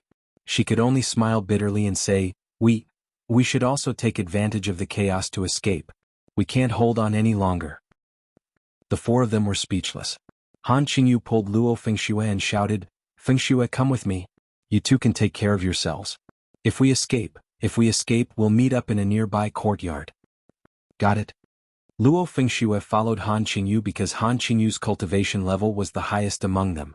Mo Chenga and Wei Jiasi were both in the middle stage of the foundation building realm and had rich experience in fights of magical powers, so they could take care of themselves. Mo Chenga stepped on the white silk handkerchief and held the shuttle of flying Apsara in her hand. She also secretly took out the land-fleeing ruler as a backup. If she was unlucky and ran into a 5th-rank demonic beast, Mo Chenga planned to use the land-fleeing ruler to immediately escape thousands of miles away and then use the virtual sky world to hide inside. Although she had already planned to do so, now that she was faced with the real situation, she still felt her palms sweating. That day when she controlled the four symbols formation to fight against a 5th-rank demonic beast, it was because of the formation's power and because the demonic beast had already been exhausted by the others. That was why her soul-refining art was able to succeed in one strike. Now she didn't have the slightest bit of confidence. After summoning the shuttle of flying Apsara, Emochenga dashed left and right, no longer holding back. Once the shuttle of flying Apsara closed, demonic beasts fell from the sky one after another. She didn't stop. After killing one, she immediately went to kill another one blocking her way. Sometimes, when she ran into second or third rank demonic beasts, she would throw talismans at the same time, striving to quickly subdue the enemy. Flesh and blood flew everywhere and the ground was covered in blood. Everyone was fighting like crazy. Chenga, behind you. Upon hearing Luo Fengshue's voice, Emochenga instantly controlled the white silk handkerchief to rise into the sky. After she turned sideways, she saw what was in front of her. A 5th-rank two-headed eagle. She was really unlucky. There were only 2 5th-rank demonic beasts, but one of them actually targeted her. Emochenga's face turned pale. Her hand was already on the land-fleeing ruler, but that two-headed eagle had already flapped its wings. The spiritual aura she condensed in her hand was interrupted before it could be released. Emochenga somersaulted on the white silk handkerchief, and the shuttle of flying Apsara instantly shot out. This was the first time she fought against a real high-rank demonic beast. A 5th-rank demonic beast in the early stage of the core formation realm. Back then, with second uncle's experience in fights of magical powers, he was still seriously injured despite being surrounded by 5 people, which clearly showed his fighting strength. There were also those cultivators from Yu clan and Zhou clan. If it weren't for their outstanding flying magic tools, they probably wouldn't have lasted that long. How could she deal with them alone now? Therefore she could only dodge and look for an opportunity to escape. The white silk handkerchief could both defend and fly. If it was used for defense, it could naturally block several attacks from demonic beasts. However, this wasn't a solution. She could only try her best to dodge their attacks and use the shuttle of flying Apsara to harass them for as long as possible so that she could use the land-fleeing ruler. Sure enough, she miscalculated. When facing a real high-ranked demonic beast, she didn't even have time to use the land-fleeing ruler. Chenga. Luo Fengshue watched anxiously. However, she saw Emochenga moving up and down, left and right. She was as ethereal as the cloud and as swift as the wind, making it almost impossible to see her figure clearly. She was obviously dodging the 5th-ranked demonic beast's attacks, but it seemed like she was teasing it instead. Luo Fengshue was a bit dumbfounded. She already knew this nominal junior martial sister of hers had a rough life. She wandered from place to place and experienced many fights and tribulations.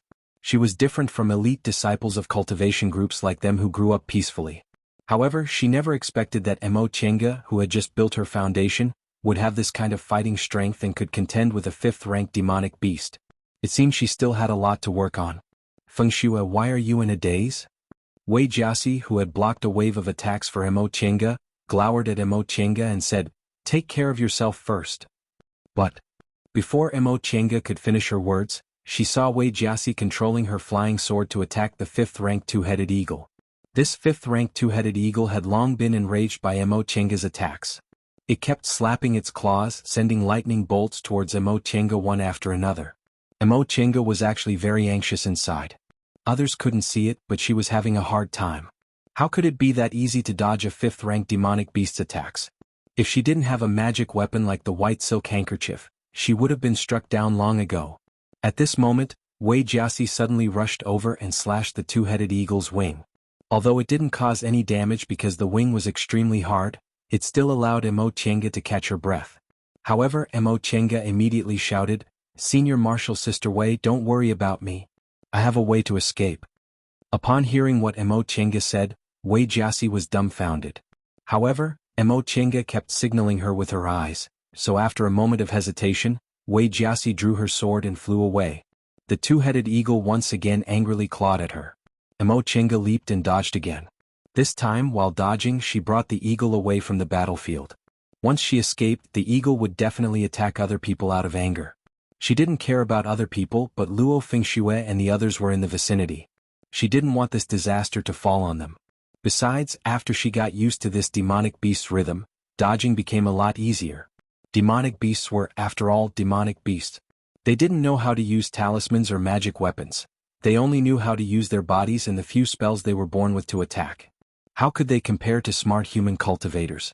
In the end, Mo Chinga even had the leisure to use the shuttle of flying Apsara to lure the two-headed eagle to attack her in order to adjust its direction. The two-headed eagle was flustered and exasperated. It suddenly flapped its wings and flew high, looking down at Mo Chinga from above. Right after that, it opened its mouth and shot out a thick lightning bolt. Mo Chinga was greatly shocked. This eagle had always been dull and didn't expect it would suddenly show its might. Without any time to think, she flipped her body over and grabbed the white silk handkerchief. With a wave of her hand, the white silk handkerchief turned into a dense brick wall, blocking all the lightning bolts above her. However, she was only in the middle stage of the foundation building realm after all. Even though this white silk handkerchief was a magic weapon, its power wasn't strong enough. She could still feel a strong spiritual aura pressure her even though she was separated by a brick wall. Her body was on the verge of collapse and she could barely stand. The power of a fifth-rank demonic beast's lightning bolts penetrated the brick wall and pressed down on her. She felt her meridians shaking violently, and she felt pain inch by inch. Her dantian was suddenly compressed, and her spiritual power was almost squeezed until there wasn't a drop left. Perhaps it was because of her willpower, or perhaps it was because her potential was stimulated, but Mo Chinga still didn't fall even though blood was already flowing from the corner of her mouth. She didn't want to die here. Eventually, the lightning bolt gradually weakened and eventually disappeared. Mo Chinga couldn't feel any power, so her legs suddenly went soft and she fell. The brick wall once again turned into the white silk handkerchief, which she held in her hand. As she fell to the ground, she felt her vision blurred. It was as if she used up all her strength just now. Perhaps no middle-stage foundation building cultivator would dare to confront a fifth-rank demonic beast's magic head-on, right? Mo Chinga, who was lying on the ground, realized she was actually in the mood to think about this. That double-headed eagle seemed to be extremely angry just now. Now that it landed in front of her, it wasn't in a hurry to rush forward to kill her. Instead, it let out a complacent cry. A fifth-rank demonic beast was equivalent to an early-stage core formation cultivator, so it had the basic ability to think. It must have been very angry after being fooled by her like that. As Mo Chinga thought about this, she couldn't help but smile and clench her fists. The demonic beast looked at her expression, then tilted its head and unexpectedly revealed a doubtful gaze. Upon seeing this, Mo Chinga muttered, "You want to know human emotions? You're still too early." Right after she finished speaking, the double-headed eagle seemed to have seen the sly smile in her eyes. However, before it could pounce on her, the little insect in front of it suddenly disappeared. Cough. Thousands of miles away, Mo Chinga coughed up a mouthful of blood. She immediately closed her eyes and silently recited an incantation. She was really lucky just now. That eagle didn't kill her immediately, giving her time to activate the land-fleeing ruler. However, for a fifth-rank demonic beast, a distance of thousands of miles was only a matter of a few breaths. If that demonic beast followed her scent and came here, it would be dangerous. She had to enter the virtual sky world as soon as possible. As she recited the incantation, a light the size of a broad bean slowly emerged between her eyebrows. As she recited the incantation, that light became brighter and brighter until it gradually turned into a huge bead which swallowed her in a flash. Lying in the small layer of the virtual sky world, Mo Chinga once again coughed up a mouthful of blood. Suddenly, a small creature staggered over to her side and whimpered. Mo Chinga forced herself to open her eyes and saw that it was the inferno beast she accidentally caught some time ago. She forced a smile. "I don't have time to feed you today." Before she could finish speaking, her head became heavy and she fell to the ground.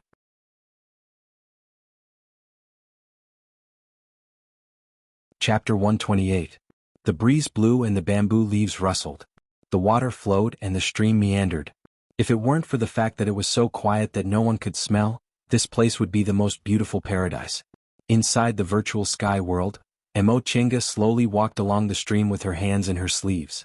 Behind her, a small beast that looked like a squirrel followed behind her while chasing the fluttering butterflies. This little inferno beast had been raised in the virtual sky world for a long time. She didn't know what kind of spiritual plants it ate, but its cultivation level advanced by leaps and bounds. It was now in the second rank. She didn't know whether it was because the virtual sky world was connected to her or because the little inferno beast was grateful to her. But although there was no contract between them, it treated her like a contractual spiritual beast. That day, she managed to escape from the claws of the fifth-rank double-headed eagle with great difficulty. As soon as she entered the virtual sky world, She was unconscious for several months as if she was dead. During this period, the little inferno beast kept feeding her unknown spiritual plants. After several months, she finally regained her breath and could meditate to heal her injuries. In order to resist the double-headed eagle's high-level thunder spell, her body was seriously injured. She thought she would follow in the footsteps of that Yu family's cultivator and her cultivation level would drop. She didn't expect that the spiritual herbs brought by this little inferno beast would be able to stop her injury. Her meridians and dantian had also gone through the 5 spirits cultivating body, so they were tough and firm. Yu Clan's green pendant pills were indeed good stuff. They were useful for both internal and external injuries. After taking the green pendant pills, her injuries were completely healed in just a few months. After her injuries were healed, Mo Chenga didn't want to go out anymore. She could hear the movements outside in the virtual sky world. The battle was very fierce, so it was better to stay inside the virtual sky world to avoid the flames of war. As for Luo Fengxue and the others, she had done her best. Whether they lived or died would depend on their luck. Therefore, she cultivated, concocted medicinal pills, organized medicinal fields, and read ancient books inside the virtual sky world every day. The previous master of the virtual sky world was a person from the distant past era. The cultivation techniques he collected were all related to the origin, which was suitable for her. After the little inferno beast advanced, it didn't know whether its ardent young real fire also advanced, but its ardent young real fire evolved into sun real fire, which almost surpassed the quality of Danding School's earthly fire. Because of this, Mo Chenga once again started practicing pill concocting. It just so happened that she obtained a lot of ancient pill recipes from Danding School. It was also time to sort out the medicinal fields inside the virtual sky world. There were many spiritual herbs from the ancient era here that had accumulated for who knew how many hundreds of thousands of years. They were densely packed, covering the entire medicinal field. In some places, because there were too many spirit herbs piled up, they didn't have enough nutrients and were on the verge of withering. Mo Chenga then used the memories in the virtual sky world to collect what she should collect and dig out what she should dig out, then categorize and organize them. It was probably because the original owner's cultivation level was too high that she couldn't use most of the spirit herbs here, so she could only store them in a jade box. For this reason, she built a small bamboo house in the bamboo forest to store them. There were also some basic elixir ingredients that were directly harvested to refine elixirs. By the time the herbal field was cleaned up, the small bamboo house was stuffed to the brim, and the open space in front of the house was piled with weeds. Afraid that some spirit herbs would lose their efficacy after being out of the soil for too long, Mo Chenga could only use some 1,000-year-old spirit herbs to concoct elixirs, which made her pill concocting skills advance by leaps and bounds.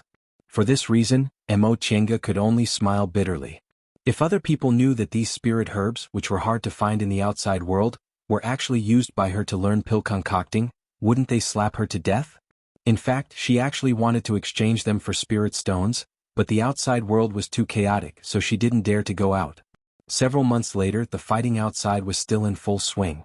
Mo Chenga had already used the spirit herbs she picked from the medicinal fields to concoct the first batch of medicinal pills. Aura-stabilizing pills, look-preserving pills, and longevity pills, these were the most raw materials, and she had also concocted some clear sky pills. As for the spirit-gathering pills she could take now, probably because the gap between her and the original owner's realm was too big, she had fewer spirit herbs, so she could only concoct a few bottles. After concocting the pills, Mo Chenga looked at the bottles and jars on the ground with a bitter smile. These medicinal pills would be a huge fortune if taken outside, but she was trapped here, so she couldn't use them. Aura-stabilizing pills were used to regulate spiritual breath, so she didn't need them now. Clear sky pills were needed for core formation cultivators to cultivate, so she also didn't need them now. She took one look-preserving pill and one longevity pill each. The look-preserving pill didn't seem to have any effect, probably because her cultivation technique itself could preserve her looks. As for the longevity pill, once she swallowed it, she felt as if her whole body was burning. For a moment, she couldn't control the spiritual aura in her body. After adjusting her breath, when the spiritual aura in her whole body finally calmed down, she had a wonderful and indescribable feeling. It was as if her lifespan was endless.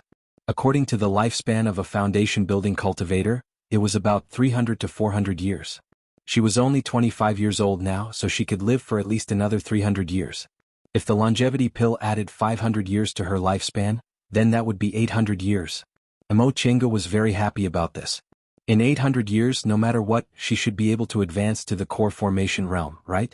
If she was lucky, advancing to the nascent soul realm wouldn't be a problem. After she finished concocting all these medicinal pills, Mo Chinga's pill concocting skills could no longer be mentioned in the same breath as before. She had a 50% success rate in concocting medicinal pills like the longevity pill, so she wasn't much worse than a great concocting master. Unfortunately, there weren't too many pill recipes in the ancient books here. Even if there were, she wouldn't be able to understand them with her current realm, so her pill concocting skills could only stop here. Another piece of good news was that her soul refining art finally showed some initial results. Not only could she refine a physical body, but she could also turn it into a flying knife and hurt people silently. Several months passed just like that. Time passed quickly. By the time the outside world had mostly calmed down and there were very few people fighting here, Mo Chinga had already stayed in the virtual sky world for 2 years. During these 2 years, her pill concocting skills progressed unbelievably fast, and her soul refining art also showed initial results. Thus, she decided to go out and see the situation outside. Barren hilltops, rubble everywhere, withered flowers and plants, and dark red ground. This was the first scene Mo Chinga saw when she came out of the virtual sky world. She remembered that when she entered the virtual sky world, this place was still lush with green grass and fragrant wildflowers. She didn't expect that 2 years later, it would become such a barren scene. The rubble was cracked, which was the trace of spells, and the dark red ground was stained by blood. She sighed softly. After such a fierce battle, she didn't know whether her old friends survived or not. With a flick of her sleeve, she summoned the white silk handkerchief, turned into a streak of light, and flew west. As far as her eyes could see, everything below was the same as the hilltop just now. Almost all the flowers and trees were destroyed, the mountain rocks were cracked, and some were almost razed to the ground. Traces of blood were everywhere, but fortunately she didn't see any corpses. It seemed that the battle had been over for some time, but there wasn't even a single person. Mo Chinga frowned and continued to fly west. Even if the demonic beast riot was over, it was impossible to not see a single person. She needed to find a few people first and ask them about the current situation. After flying for about 4 hours, Mo Chinga's divine sense finally sensed a cultivator's aura. She was delighted and flew towards the place she sensed. Sure enough, it didn't take long before she saw traces of cultivators. This was a ruin with half-collapsed city walls, majestic but unmaintained palaces and half-collapsed houses. After a glance, Mo Chinga guessed that this was probably the encampment of a big clan. However, the strange thing was that there wasn't a single defensive formation on it. Occasionally, there were people going in and out of the intact buildings. Judging from their clothes, they didn't seem to belong to the same cultivation group. She thought for a moment, then flew down. When she landed, Mo Chinga looked up and saw that there wasn't even a gatekeeper here. A cultivator came out from inside with a numb expression and bloodstains on his clothes. "Fellow Taoist," Mo Chinga called out. The cultivator she called looked stiff. He glanced at her and realized she was a foundation-building cultivator, so a smile appeared on his face. "Senior, what's the matter?" Mo Chinga asked with a pleasant expression. "May I ask where this place is?" The cultivator was stunned and felt a bit incredulous. "Senior doesn't know where this place is?" He quickly glanced at her and found that she was wearing Xianqing School's uniform. Her clothes were clean and her face was neat. "Did Senior just leave the school?" Mo Chinga paused for a moment. She just smiled and didn't answer. The cultivator thought he guessed right, so he answered, "This is Mount Tianhua's Qianmen Ridge. Senior doesn't know, but after fighting for almost 3 years, it's like this everywhere. Too many of our human cultivators died, so in the end, we formed an alliance led by the 7 great cultivation groups. They chose their own encampments and led the survivors." "I see. No wonder the cultivators here wore all kinds of clothes." Mo Chinga raised her hand again and said with a smile, "Then can I see the manager of this place?" The cultivator repeatedly bowed. "I don't dare to accept Senior's greeting. The manager of our Qianmen Ridge happens to be a senior from Xianqing School. Since Senior is a disciple of Xianqing School, you can go meet him. It's in that main hall." "Is that so?" Mo Chinga was a bit surprised. She thought since this was Danding School's Mount Tianhua, the manager should also be a disciple of Danding School. "I don't dare to deceive Senior." Mo Chinga nodded and smiled at the cultivator. "Thank you." The cultivator repeatedly said he didn't dare. After saying goodbye to the cultivator, Mo Chinga slowly walked into the ruins. Outside the main hall, there were finally 2 cultivators guarding the gate. She didn't know which cultivation group they were from. Upon seeing her, one of them took a step forward and said respectfully, "Senior from Xianqing School, may I know if you have an identity tablet?" Emo Chenga was stunned. What identity tablet? The two disciples guarding the gate looked at each other strangely. The man continued to say, "It's the identity tablet of our Kunwu Alliance. Senior is a disciple of Xianqing School, so your master should have given you an identity tablet when you left the mountain." Emo Chenga smiled and said, "I see, but I don't have an identity tablet." Once she said that, the two disciples guarding the gate immediately became nervous. Emo Chenga smiled and continued to say, "I'm a disciple of Xianqing School who left the mountain 2 years ago. Because I was seriously injured in a battle, I've been recuperating in a secret place. I only came out now that I've recovered, so I don't have an alliance identity tablet you mentioned. However, I have an identity tablet of Xianqing School. You can also show it to your manager." As she said that, she handed over her Xianqing School identity tablet. The disciple guarding the gate saw her calm appearance and cautiously took the identity tablet. "If that's the case, Senior, please don't take offense. Please wait here for a moment." Seeing Emo Chenga nodding with a kind attitude, the disciple guarding the gate felt slightly relieved and went inside to report. Before long, Emo Chenga saw the disciple guarding the gate hurriedly running out. He cupped his hands towards her and said, "Senior, the manager wants to see you." Emo Chenga nodded with a smile, then stepped into the main hall. Although the outside of the main hall was half collapsed, the inside was still intact. However, the scene inside was beyond Emo Chenga's expectations. She originally thought since this was the location of the manager, it should be quiet, but she didn't expect it to be bustling with activity inside. There were actually a lot of people coming and going, and there were wounded people everywhere. It seemed to be a place for recuperation. "Xiao Bai." A somewhat familiar voice called out. Emo Chenga immediately saw a youth wearing Xianqing School's disciple uniform in the crowd. He was in the peak stage of the foundation building realm. His attitude was very cold, but every move he made was full of elegance. At this moment he was squatting on the ground, examining the injuries of a cultivator. "Coming," an early-stage foundation building youngster answered and came over. The youth raised his chin. "I'll leave this person to you." "All right." After handing the wounded person over to someone else, the youth stood up and leisurely took out a handkerchief to wipe his hands clean. He then picked up the identity tablet on the table and looked at Emo Chenga. Emo Chenga already recognized him. This was senior martial brother Kuang Zhu, whom she met once at Luoyan Cliff. Kuang Zhu picked up her identity tablet and swept his scrutinizing gaze over her. However, this kind of scrutinizing didn't make people unhappy because his gaze was only cold and didn't contain any contempt. "Emo Chenga?" Emo Chenga raised her hand. "Yes." "Greetings to senior martial brother Kuang Zhu." Kuang Zhu threw her identity tablet back to her and said, "Didn't you come to Danding School 2 years ago?" Emo Chenga was already prepared for this question. She explained, "2 years ago I was seriously injured by a 5th-rank demonic beast during a battle with Yu Clan. After I used a secret technique to escape, I lost consciousness. As a result, I was unconscious for several months. Several months later I finally woke up. Because I was seriously injured, I didn't dare to show myself, so I found a secret place to hide and recuperate." Oh. It was unclear whether Kuang Zhu accepted her explanation or not.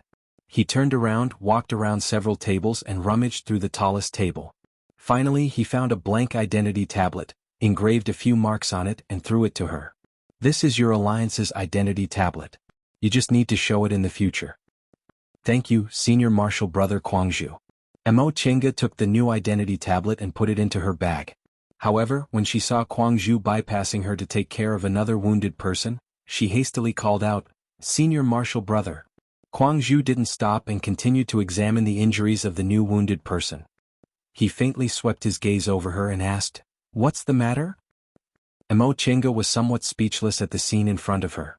After a long time she finally found her voice and asked, "Do I need to do anything?" "No need." This time Kuang Zhu didn't even look at her. "You just need to mind your own business." Emo Chenga was a bit incredulous. "Isn't senior martial brother the person in charge here? Why aren't you assigning tasks?" Kuang Zhu snorted softly and said, "Tasks? Just go kill your demons. I'll inform you if there's anything." Emo Chenga was puzzled, but no matter how puzzled she was, she knew this senior martial brother Kuang Zhu didn't seem to want to be disturbed, so she asked him one last question. Senior martial brother, if I have something to ask, who should I ask? After Kuang Zhu finished casting a healing spell, he raised his head to look at her. He then turned around and called out, Xia Guzi. Yes. An aura-refining youngster answered and came over. Kuang Zhu pointed at her and said to the youngster, this martial uncle has something to ask. Since you have nothing to do, why don't you talk to her? The youngster glanced at Mo Tienga. His eyes wandered around before he said with a smile, Martial uncle, this isn't a good place to talk. Please come with me. Seeing that Kuang Zhu was once again engrossed in examining the injured, Mo Tienga felt helpless.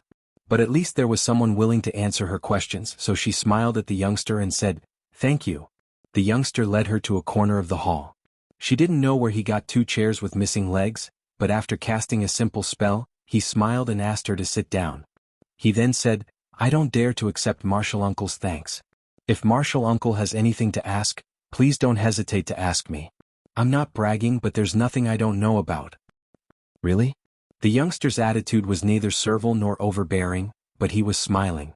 Mo Tienga had a good impression of him, so she said with a smile, all right then. If you can answer me, I'll give you a good thing. What do you think? The youngster's eyes brightened. What good thing? Mo Tienga spread her hands. I obtained this by chance. If you need it, you can use it yourself. If you don't, it's not bad to exchange it for several hundred spirit stones.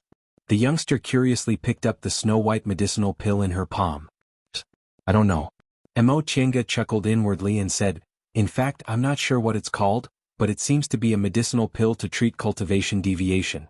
You can ask your elders. If you're lucky, it might be worth a lot of money, but if you're unlucky, don't blame me. This was the aura-stabilizing pill she concocted. Among the medicinal pills she concocted, it was the least valuable one. The youngster chuckled and took the medicinal pill. All right, Martial Uncle, please ask what you want to ask. It seems you're really confident. Mo Tienga put the medicinal pill away before answering. The youngster played with the medicinal pill in his hand without saying anything. I want to ask you about a few people. The first is Martial Uncle Xianin from Clear Spring Peak, followed by several female disciples under him, and lastly, a disciple under Martial Uncle Qingyuan. The youngster's eyes shifted. Grandmaster Xianin was ordered to return to the mountain half a month ago, so he should be in Mount Taikang now. The female disciples under Grandmaster Martial Uncle mentioned should be Martial Uncle Han, Martial Uncle Wei and Martial Uncle Luo, right? Correct. Mo Tienga nodded with a smile. This child really did have some skills. If Martial Uncle asked whether these 3 Martial Uncles are well or not, my answer would be not well. If Martial Uncle asked whether they're alive or not, my answer would be not well. Mo Tienga was stunned. This boy is really clever. But what does he mean by, not well? The youngster seemed to have seen through her doubts, so he answered honestly, I heard what Martial Uncle said just now. I think Martial Uncle was with these 3 Martial Uncles 2 years ago, right? Seeing that Mo Tienga nodded, the youngster continued, in the battle that year, Grandmaster Xianin arrived in time, so the 3 Martial Uncles didn't die. However, Martial Uncle Wei and Martial Uncle Luo's injuries were quite serious, so they were sent back to Mount Taikang. This matter was handled by us. In addition, Martial Uncle Han is fine, but I heard she was also injured several months ago. Oh, I see. Mo Tienga heaved a sigh of relief. It was good that they were alive. Martial Uncle also mentioned Grandmaster Qingyuan's disciple. What's his name? His name is Yi Jingguan. Martial Uncle Yi? The youngster said with a smile, what a coincidence. Martial Uncle Yi has been with us recently, so you'll be able to see him soon.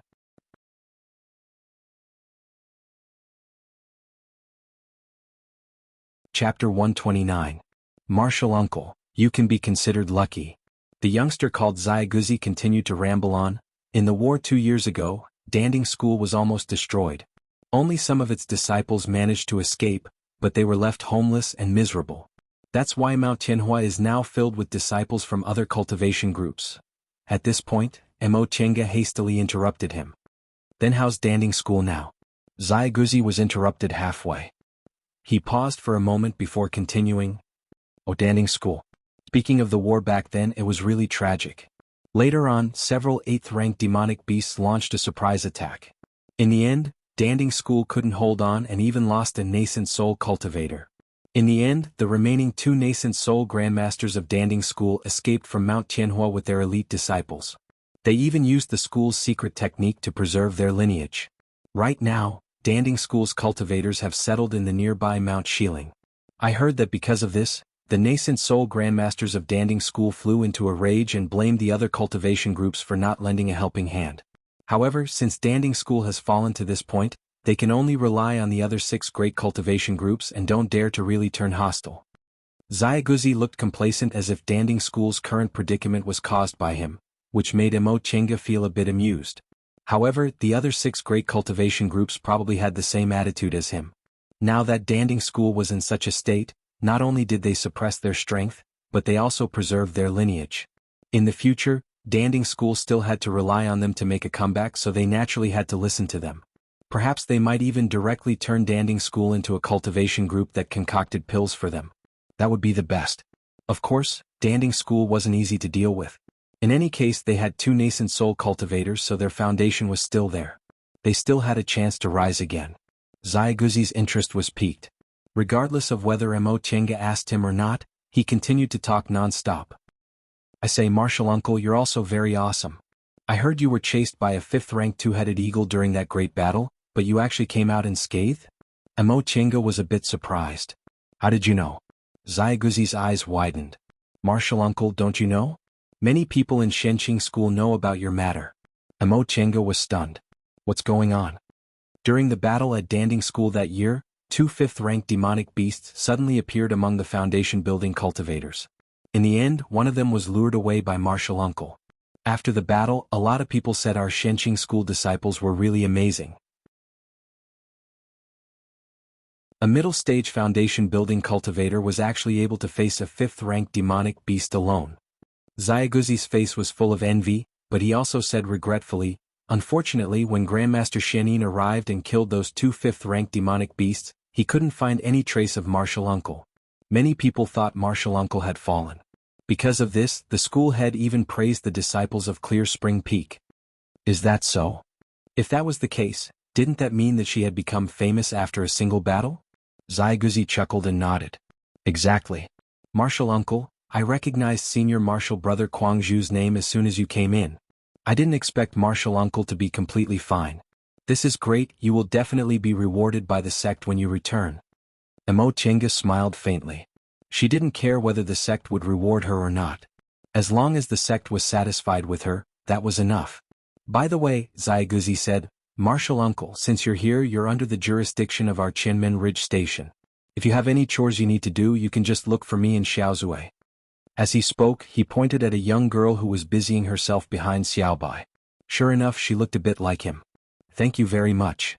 Emo Chenga happened to have a matter she didn't know how to deal with. By the way, what do I need to do here? Where will I stay?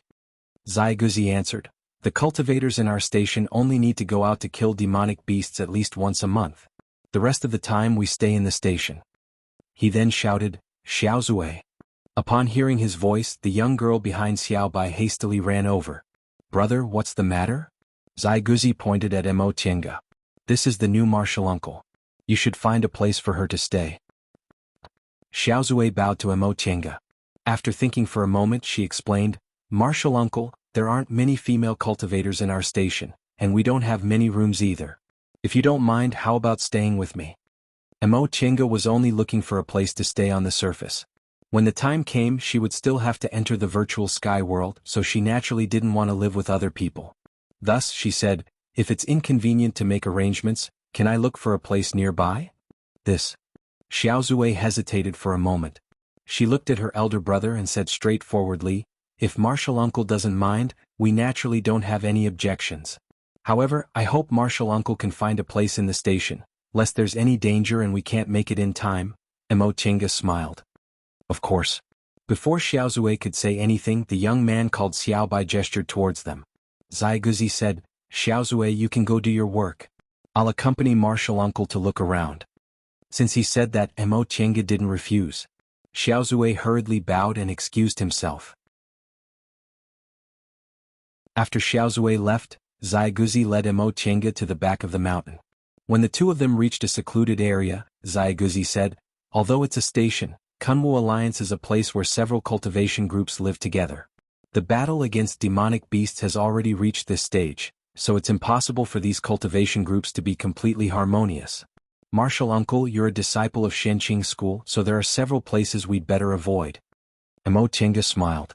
She didn't intend to delve into the matter of whether the alliance was harmonious or not. She just asked, right, doesn't senior martial brother Kuangzhu manage things? Zai Guzi smiled bitterly. Martial uncle, you might not know, but senior martial brother Kuangzhu mainly cultivates pill concocting and healing techniques. He doesn't like to meddle in these things, so I and my younger sister, Xiaozue, are in charge of miscellaneous matters. He and senior martial brother Bai are only responsible for treating the injured. This was indeed a strange relationship. From what he said, senior martial brother Bai seemed to be that early-stage foundation-building youngster, the one senior martial brother Kuangzhu called Xiaobai. Why were the two foundation-building cultivators only responsible for treating the injured while the aura-refining disciples were in charge of dispatching things? Having been away from worldly affairs for 2 years, Mo Chenga was a bit curious about this little disciple who seemed to know everything. She casually asked, "You call him senior martial brother? Which martial uncle's disciple is he?" Upon hearing what she said, Zai Guzi's expression turned solemn. He scratched his head and said, "Martial uncle thinks too highly of me. Xiaozue and I are only ordinary disciples. We haven't entered any core formation grandmaster's tutelage. Since senior martial brother Bai is our sworn brother, we call him senior martial brother Kuangzhu just like he did." Sworn brother. Sure enough, this was a strange relationship. Mo Chenga couldn't help but mutter, there are actually sworn brothers in the cultivation world? Upon hearing Mo Chenga's muttering, a solemn expression emerged on Zai Guzi's cheeky face. He said very solemnly, "Senior martial brother Bai's kindness to me and my little sister is as heavy as a mountain. In my heart, he's not only my sworn brother, but he's also the most important person to me, Zhan Xiaogu." Upon seeing Mo Chenga's astonished expression, Zai Guzi felt a bit embarrassed. He chuckled and said, "In fact, this isn't a secret in our soul's retreat peak. If martial uncle doesn't feel bored, there's no harm in telling martial uncle about it." Hence, Zai Guzi accompanied Mo Chenga as they walked around the station. As they walked, he introduced the predetermined areas of the several alliances and told her how he and senior martial brother Bai called each other sworn brother. Zai Guzi's full name was Zhan Xiaogu, and Xiaozue was his twin sister, Zhan Xiaozue. Senior martial brother Kuangzhu and Zhan Bai were both disciples of mortal clans. Their clans were friends for generations, and senior martial brother Kuangzhu always took good care of Zhan Bai. Because of that, senior martial brother Kuangzhu, who always treated people coldly, also affectionately called Zhan Bai Xiao Bai. Senior martial brother Kuangzhu and Zhan Bai met Zai Guzi and Zai Guzi not long after senior martial brother Kuangzhu and Zhan Bai entered the sect and returned to the secular world to visit their relatives. At that time, the two of them were seriously ill and were on the verge of death in a dilapidated temple. When senior martial brother Bai examined the two of them, he discovered that the two of them possessed spiritual roots, so he simply picked them up and brought them back to the sect. If it wasn't for senior martial brother Kuangzhu's miraculous hands, the two of them probably wouldn't exist anymore. The reason the two of them were able to grow up to this age was because senior martial brother Bai didn't hesitate to sacrifice his own cultivation time and raise them up bit by bit. Mo Chenga even sighed when she heard the two of them were orphans. However, Zai Guzi straightened his back and retorted, "Who said I'm an orphan? Senior martial brother Kuangzhu, senior martial brother Bai, and my little sister are a very happy family." Mo Chenga couldn't help but laugh. She couldn't help but tease him, "Martial uncle originally wanted to give you some good things because you're an orphan. That being the case, martial uncle's gifts are actually unnecessary." Sure enough, Zai Guzi revealed a distressed expression. After struggling for a while, he finally said, "Compared to some good things, my family is more important. Zai Guzi doesn't want to be an orphan." Upon hearing this, Mo Chenga couldn't help but recall Tian Xiao, second uncle's voice and second uncle's smile in the past. When Zai Guzi saw her expression turn gloomy, he who was used to observing people's expressions, immediately knew this martial uncle must have thought of someone, so he changed the subject. "We've been strolling around for a long time. I wonder if there's any place you like, martial uncle?" When he asked this question, the two of them happened to be standing in front of a stone house that could be considered quiet. Although it was a bit dilapidated, it could still be considered complete. Mo Chenga wasn't interested in strolling around anymore, so she said casually, "Then let's go here." Xiaoguzi took out a white jade tablet from his Chengkuan bag and hung it on the stone house's door.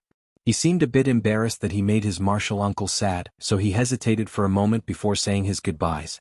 Seeing that he still hadn't left after saying his goodbyes, Mo Chenga glanced at him. Xiaoguzi, who was usually eloquent, actually stuttered for a moment before he said, "If martial uncle feels bored living alone, you can come to my house to play." After he said that, he ran away like a wisp of smoke without waiting for Mo Chenga's response. Mo Chenga smiled. She looked at the dust-covered dilapidated house and felt a bit bored.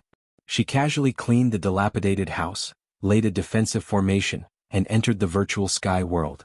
Once she entered the small house, the little inferno beast ran over unsteadily and moved closer to her, squeaking. Mo Chenga patted its head. She discovered that the little inferno beast seemed to want to drill into her spiritual beast pouch and was rubbing against her waist. Mo Chenga was stunned. "You want to go out?" The little inferno beast raised its head and whimpered, its eyes looking pitiful. Mo Chenga was silent for a long time. She stroked its head and sighed. "Turns out even you can feel lonely." She had put this little inferno beast in the virtual sky world for more than 2 years. There were only some butterflies, flying insects, and other small things inside. There were no spiritual beasts, so it was normal for it to feel lonely. Wasn't she the same? Wasn't the reason why she participated in the demonic beast riot now because she was lonely? This kind of loneliness had nothing to do with Daoheart. Every living creature needed a bit of the aura of another living creature to feel the joy of living. However, this little inferno beast reaction gave her some other ideas. "It's very dangerous outside. I can't take you out now, but I can bring some companions to accompany you. What do you think?" The little inferno beast raised its head, stared at her with its black eyes, and let out 2 happy cries. Mo Chenga smiled. She stroked its head, then went back to cultivating. Unexpectedly, Xiaoguzi's words during the day kept ringing in her mind, making her a bit absent-minded. Of course, since she was able to reach the middle stage of the foundation-building realm in just a few breaths, the fluctuations in Mo Chenga's heart had already calmed down. At dawn, Missouri Chenga sensed a summoning talisman flying towards her from outside, so she stopped cultivating and came out of the virtual sky world. It was a summoning talisman from Xiaoguzi, saying that her name had been recorded in the list of cultivators who participated in the battle at Chenmin Ridge and that he would choose a time to report it to the school. There was also some information about the current war. Mo Chenga gave a simple reply after reading it, then packed up her things and left the room. Xiaoguzi said the fiercest battle was currently taking place in Tiandao Sect's area. Ever since Danding School was breached, Mount Tianhua became a forgotten place. Whether it was demonic beasts or cultivators, there weren't many demonic beasts or cultivators left here. Mo Chenga was tempted. Since that was the case, wouldn't it be safer for her to catch some small first-rank demonic beasts here? After notifying Xiaoguzi, she immediately took out the white silk handkerchief and flew towards the forest. Because of the fight of magical powers, the forest had decreased a lot. The demonic beasts that usually lived here were either killed or moved elsewhere. Mo Chenga used her divine sense to search for a long time, but she couldn't find any traces of demonic beasts. Mo Chenga simply stopped in midair and concentrated on searching with her divine sense. The coverage range of a foundation-building cultivator's divine sense was several to dozens of miles. However, because she practiced the soul-refining art, Mo Chenga's divine sense was much stronger and could cover almost 50 miles. Right now she was concentrating on searching. Gradually she spread her divine sense and vaguely sensed spiritual aura fluctuations in the northeast.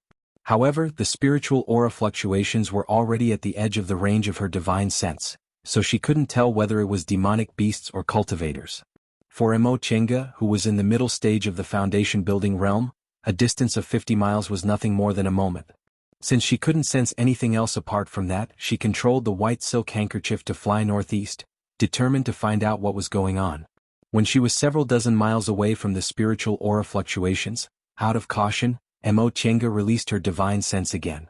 Unexpectedly, when she probed, she was shocked.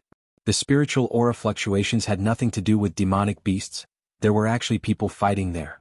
Among the spiritual aura fluctuations, the killing intent was undisguised, and the spiritual aura fluctuations of the people being besieged gave her a familiar feeling. Mo Chenga was startled. She drove the white silk handkerchief to speed up and rush towards the source of the spiritual aura fluctuations. Mo Chenga eliminated her senior martial sisters one by one in her mind. As for the people she was familiar with, she suddenly thought of one person, Yi Jingwen. Yesterday, Xiaoguzi told her that Martial Uncle Yi had been staying with us recently and that Martial Uncle would be able to see him soon. Apparently what Xiaoguzi said about the internal strife in Kunwu alliance was just a euphemism. Moreover, she and senior martial brother Yi hadn't seen each other for a long time, yet they were actually going to meet under these circumstances? She didn't know whether it was a blessing or a misfortune. You're tuning in to the Han Li's Wuxia Chronicles YouTube channel. We're so grateful for your support, and don't forget to subscribe to join us on this incredible journey through captivating stories. Your generosity through donations truly makes a world of difference, as it's the primary source of revenue that allows me to expand and enhance this channel for you. Thank you from the bottom of my heart for being a part of this adventure.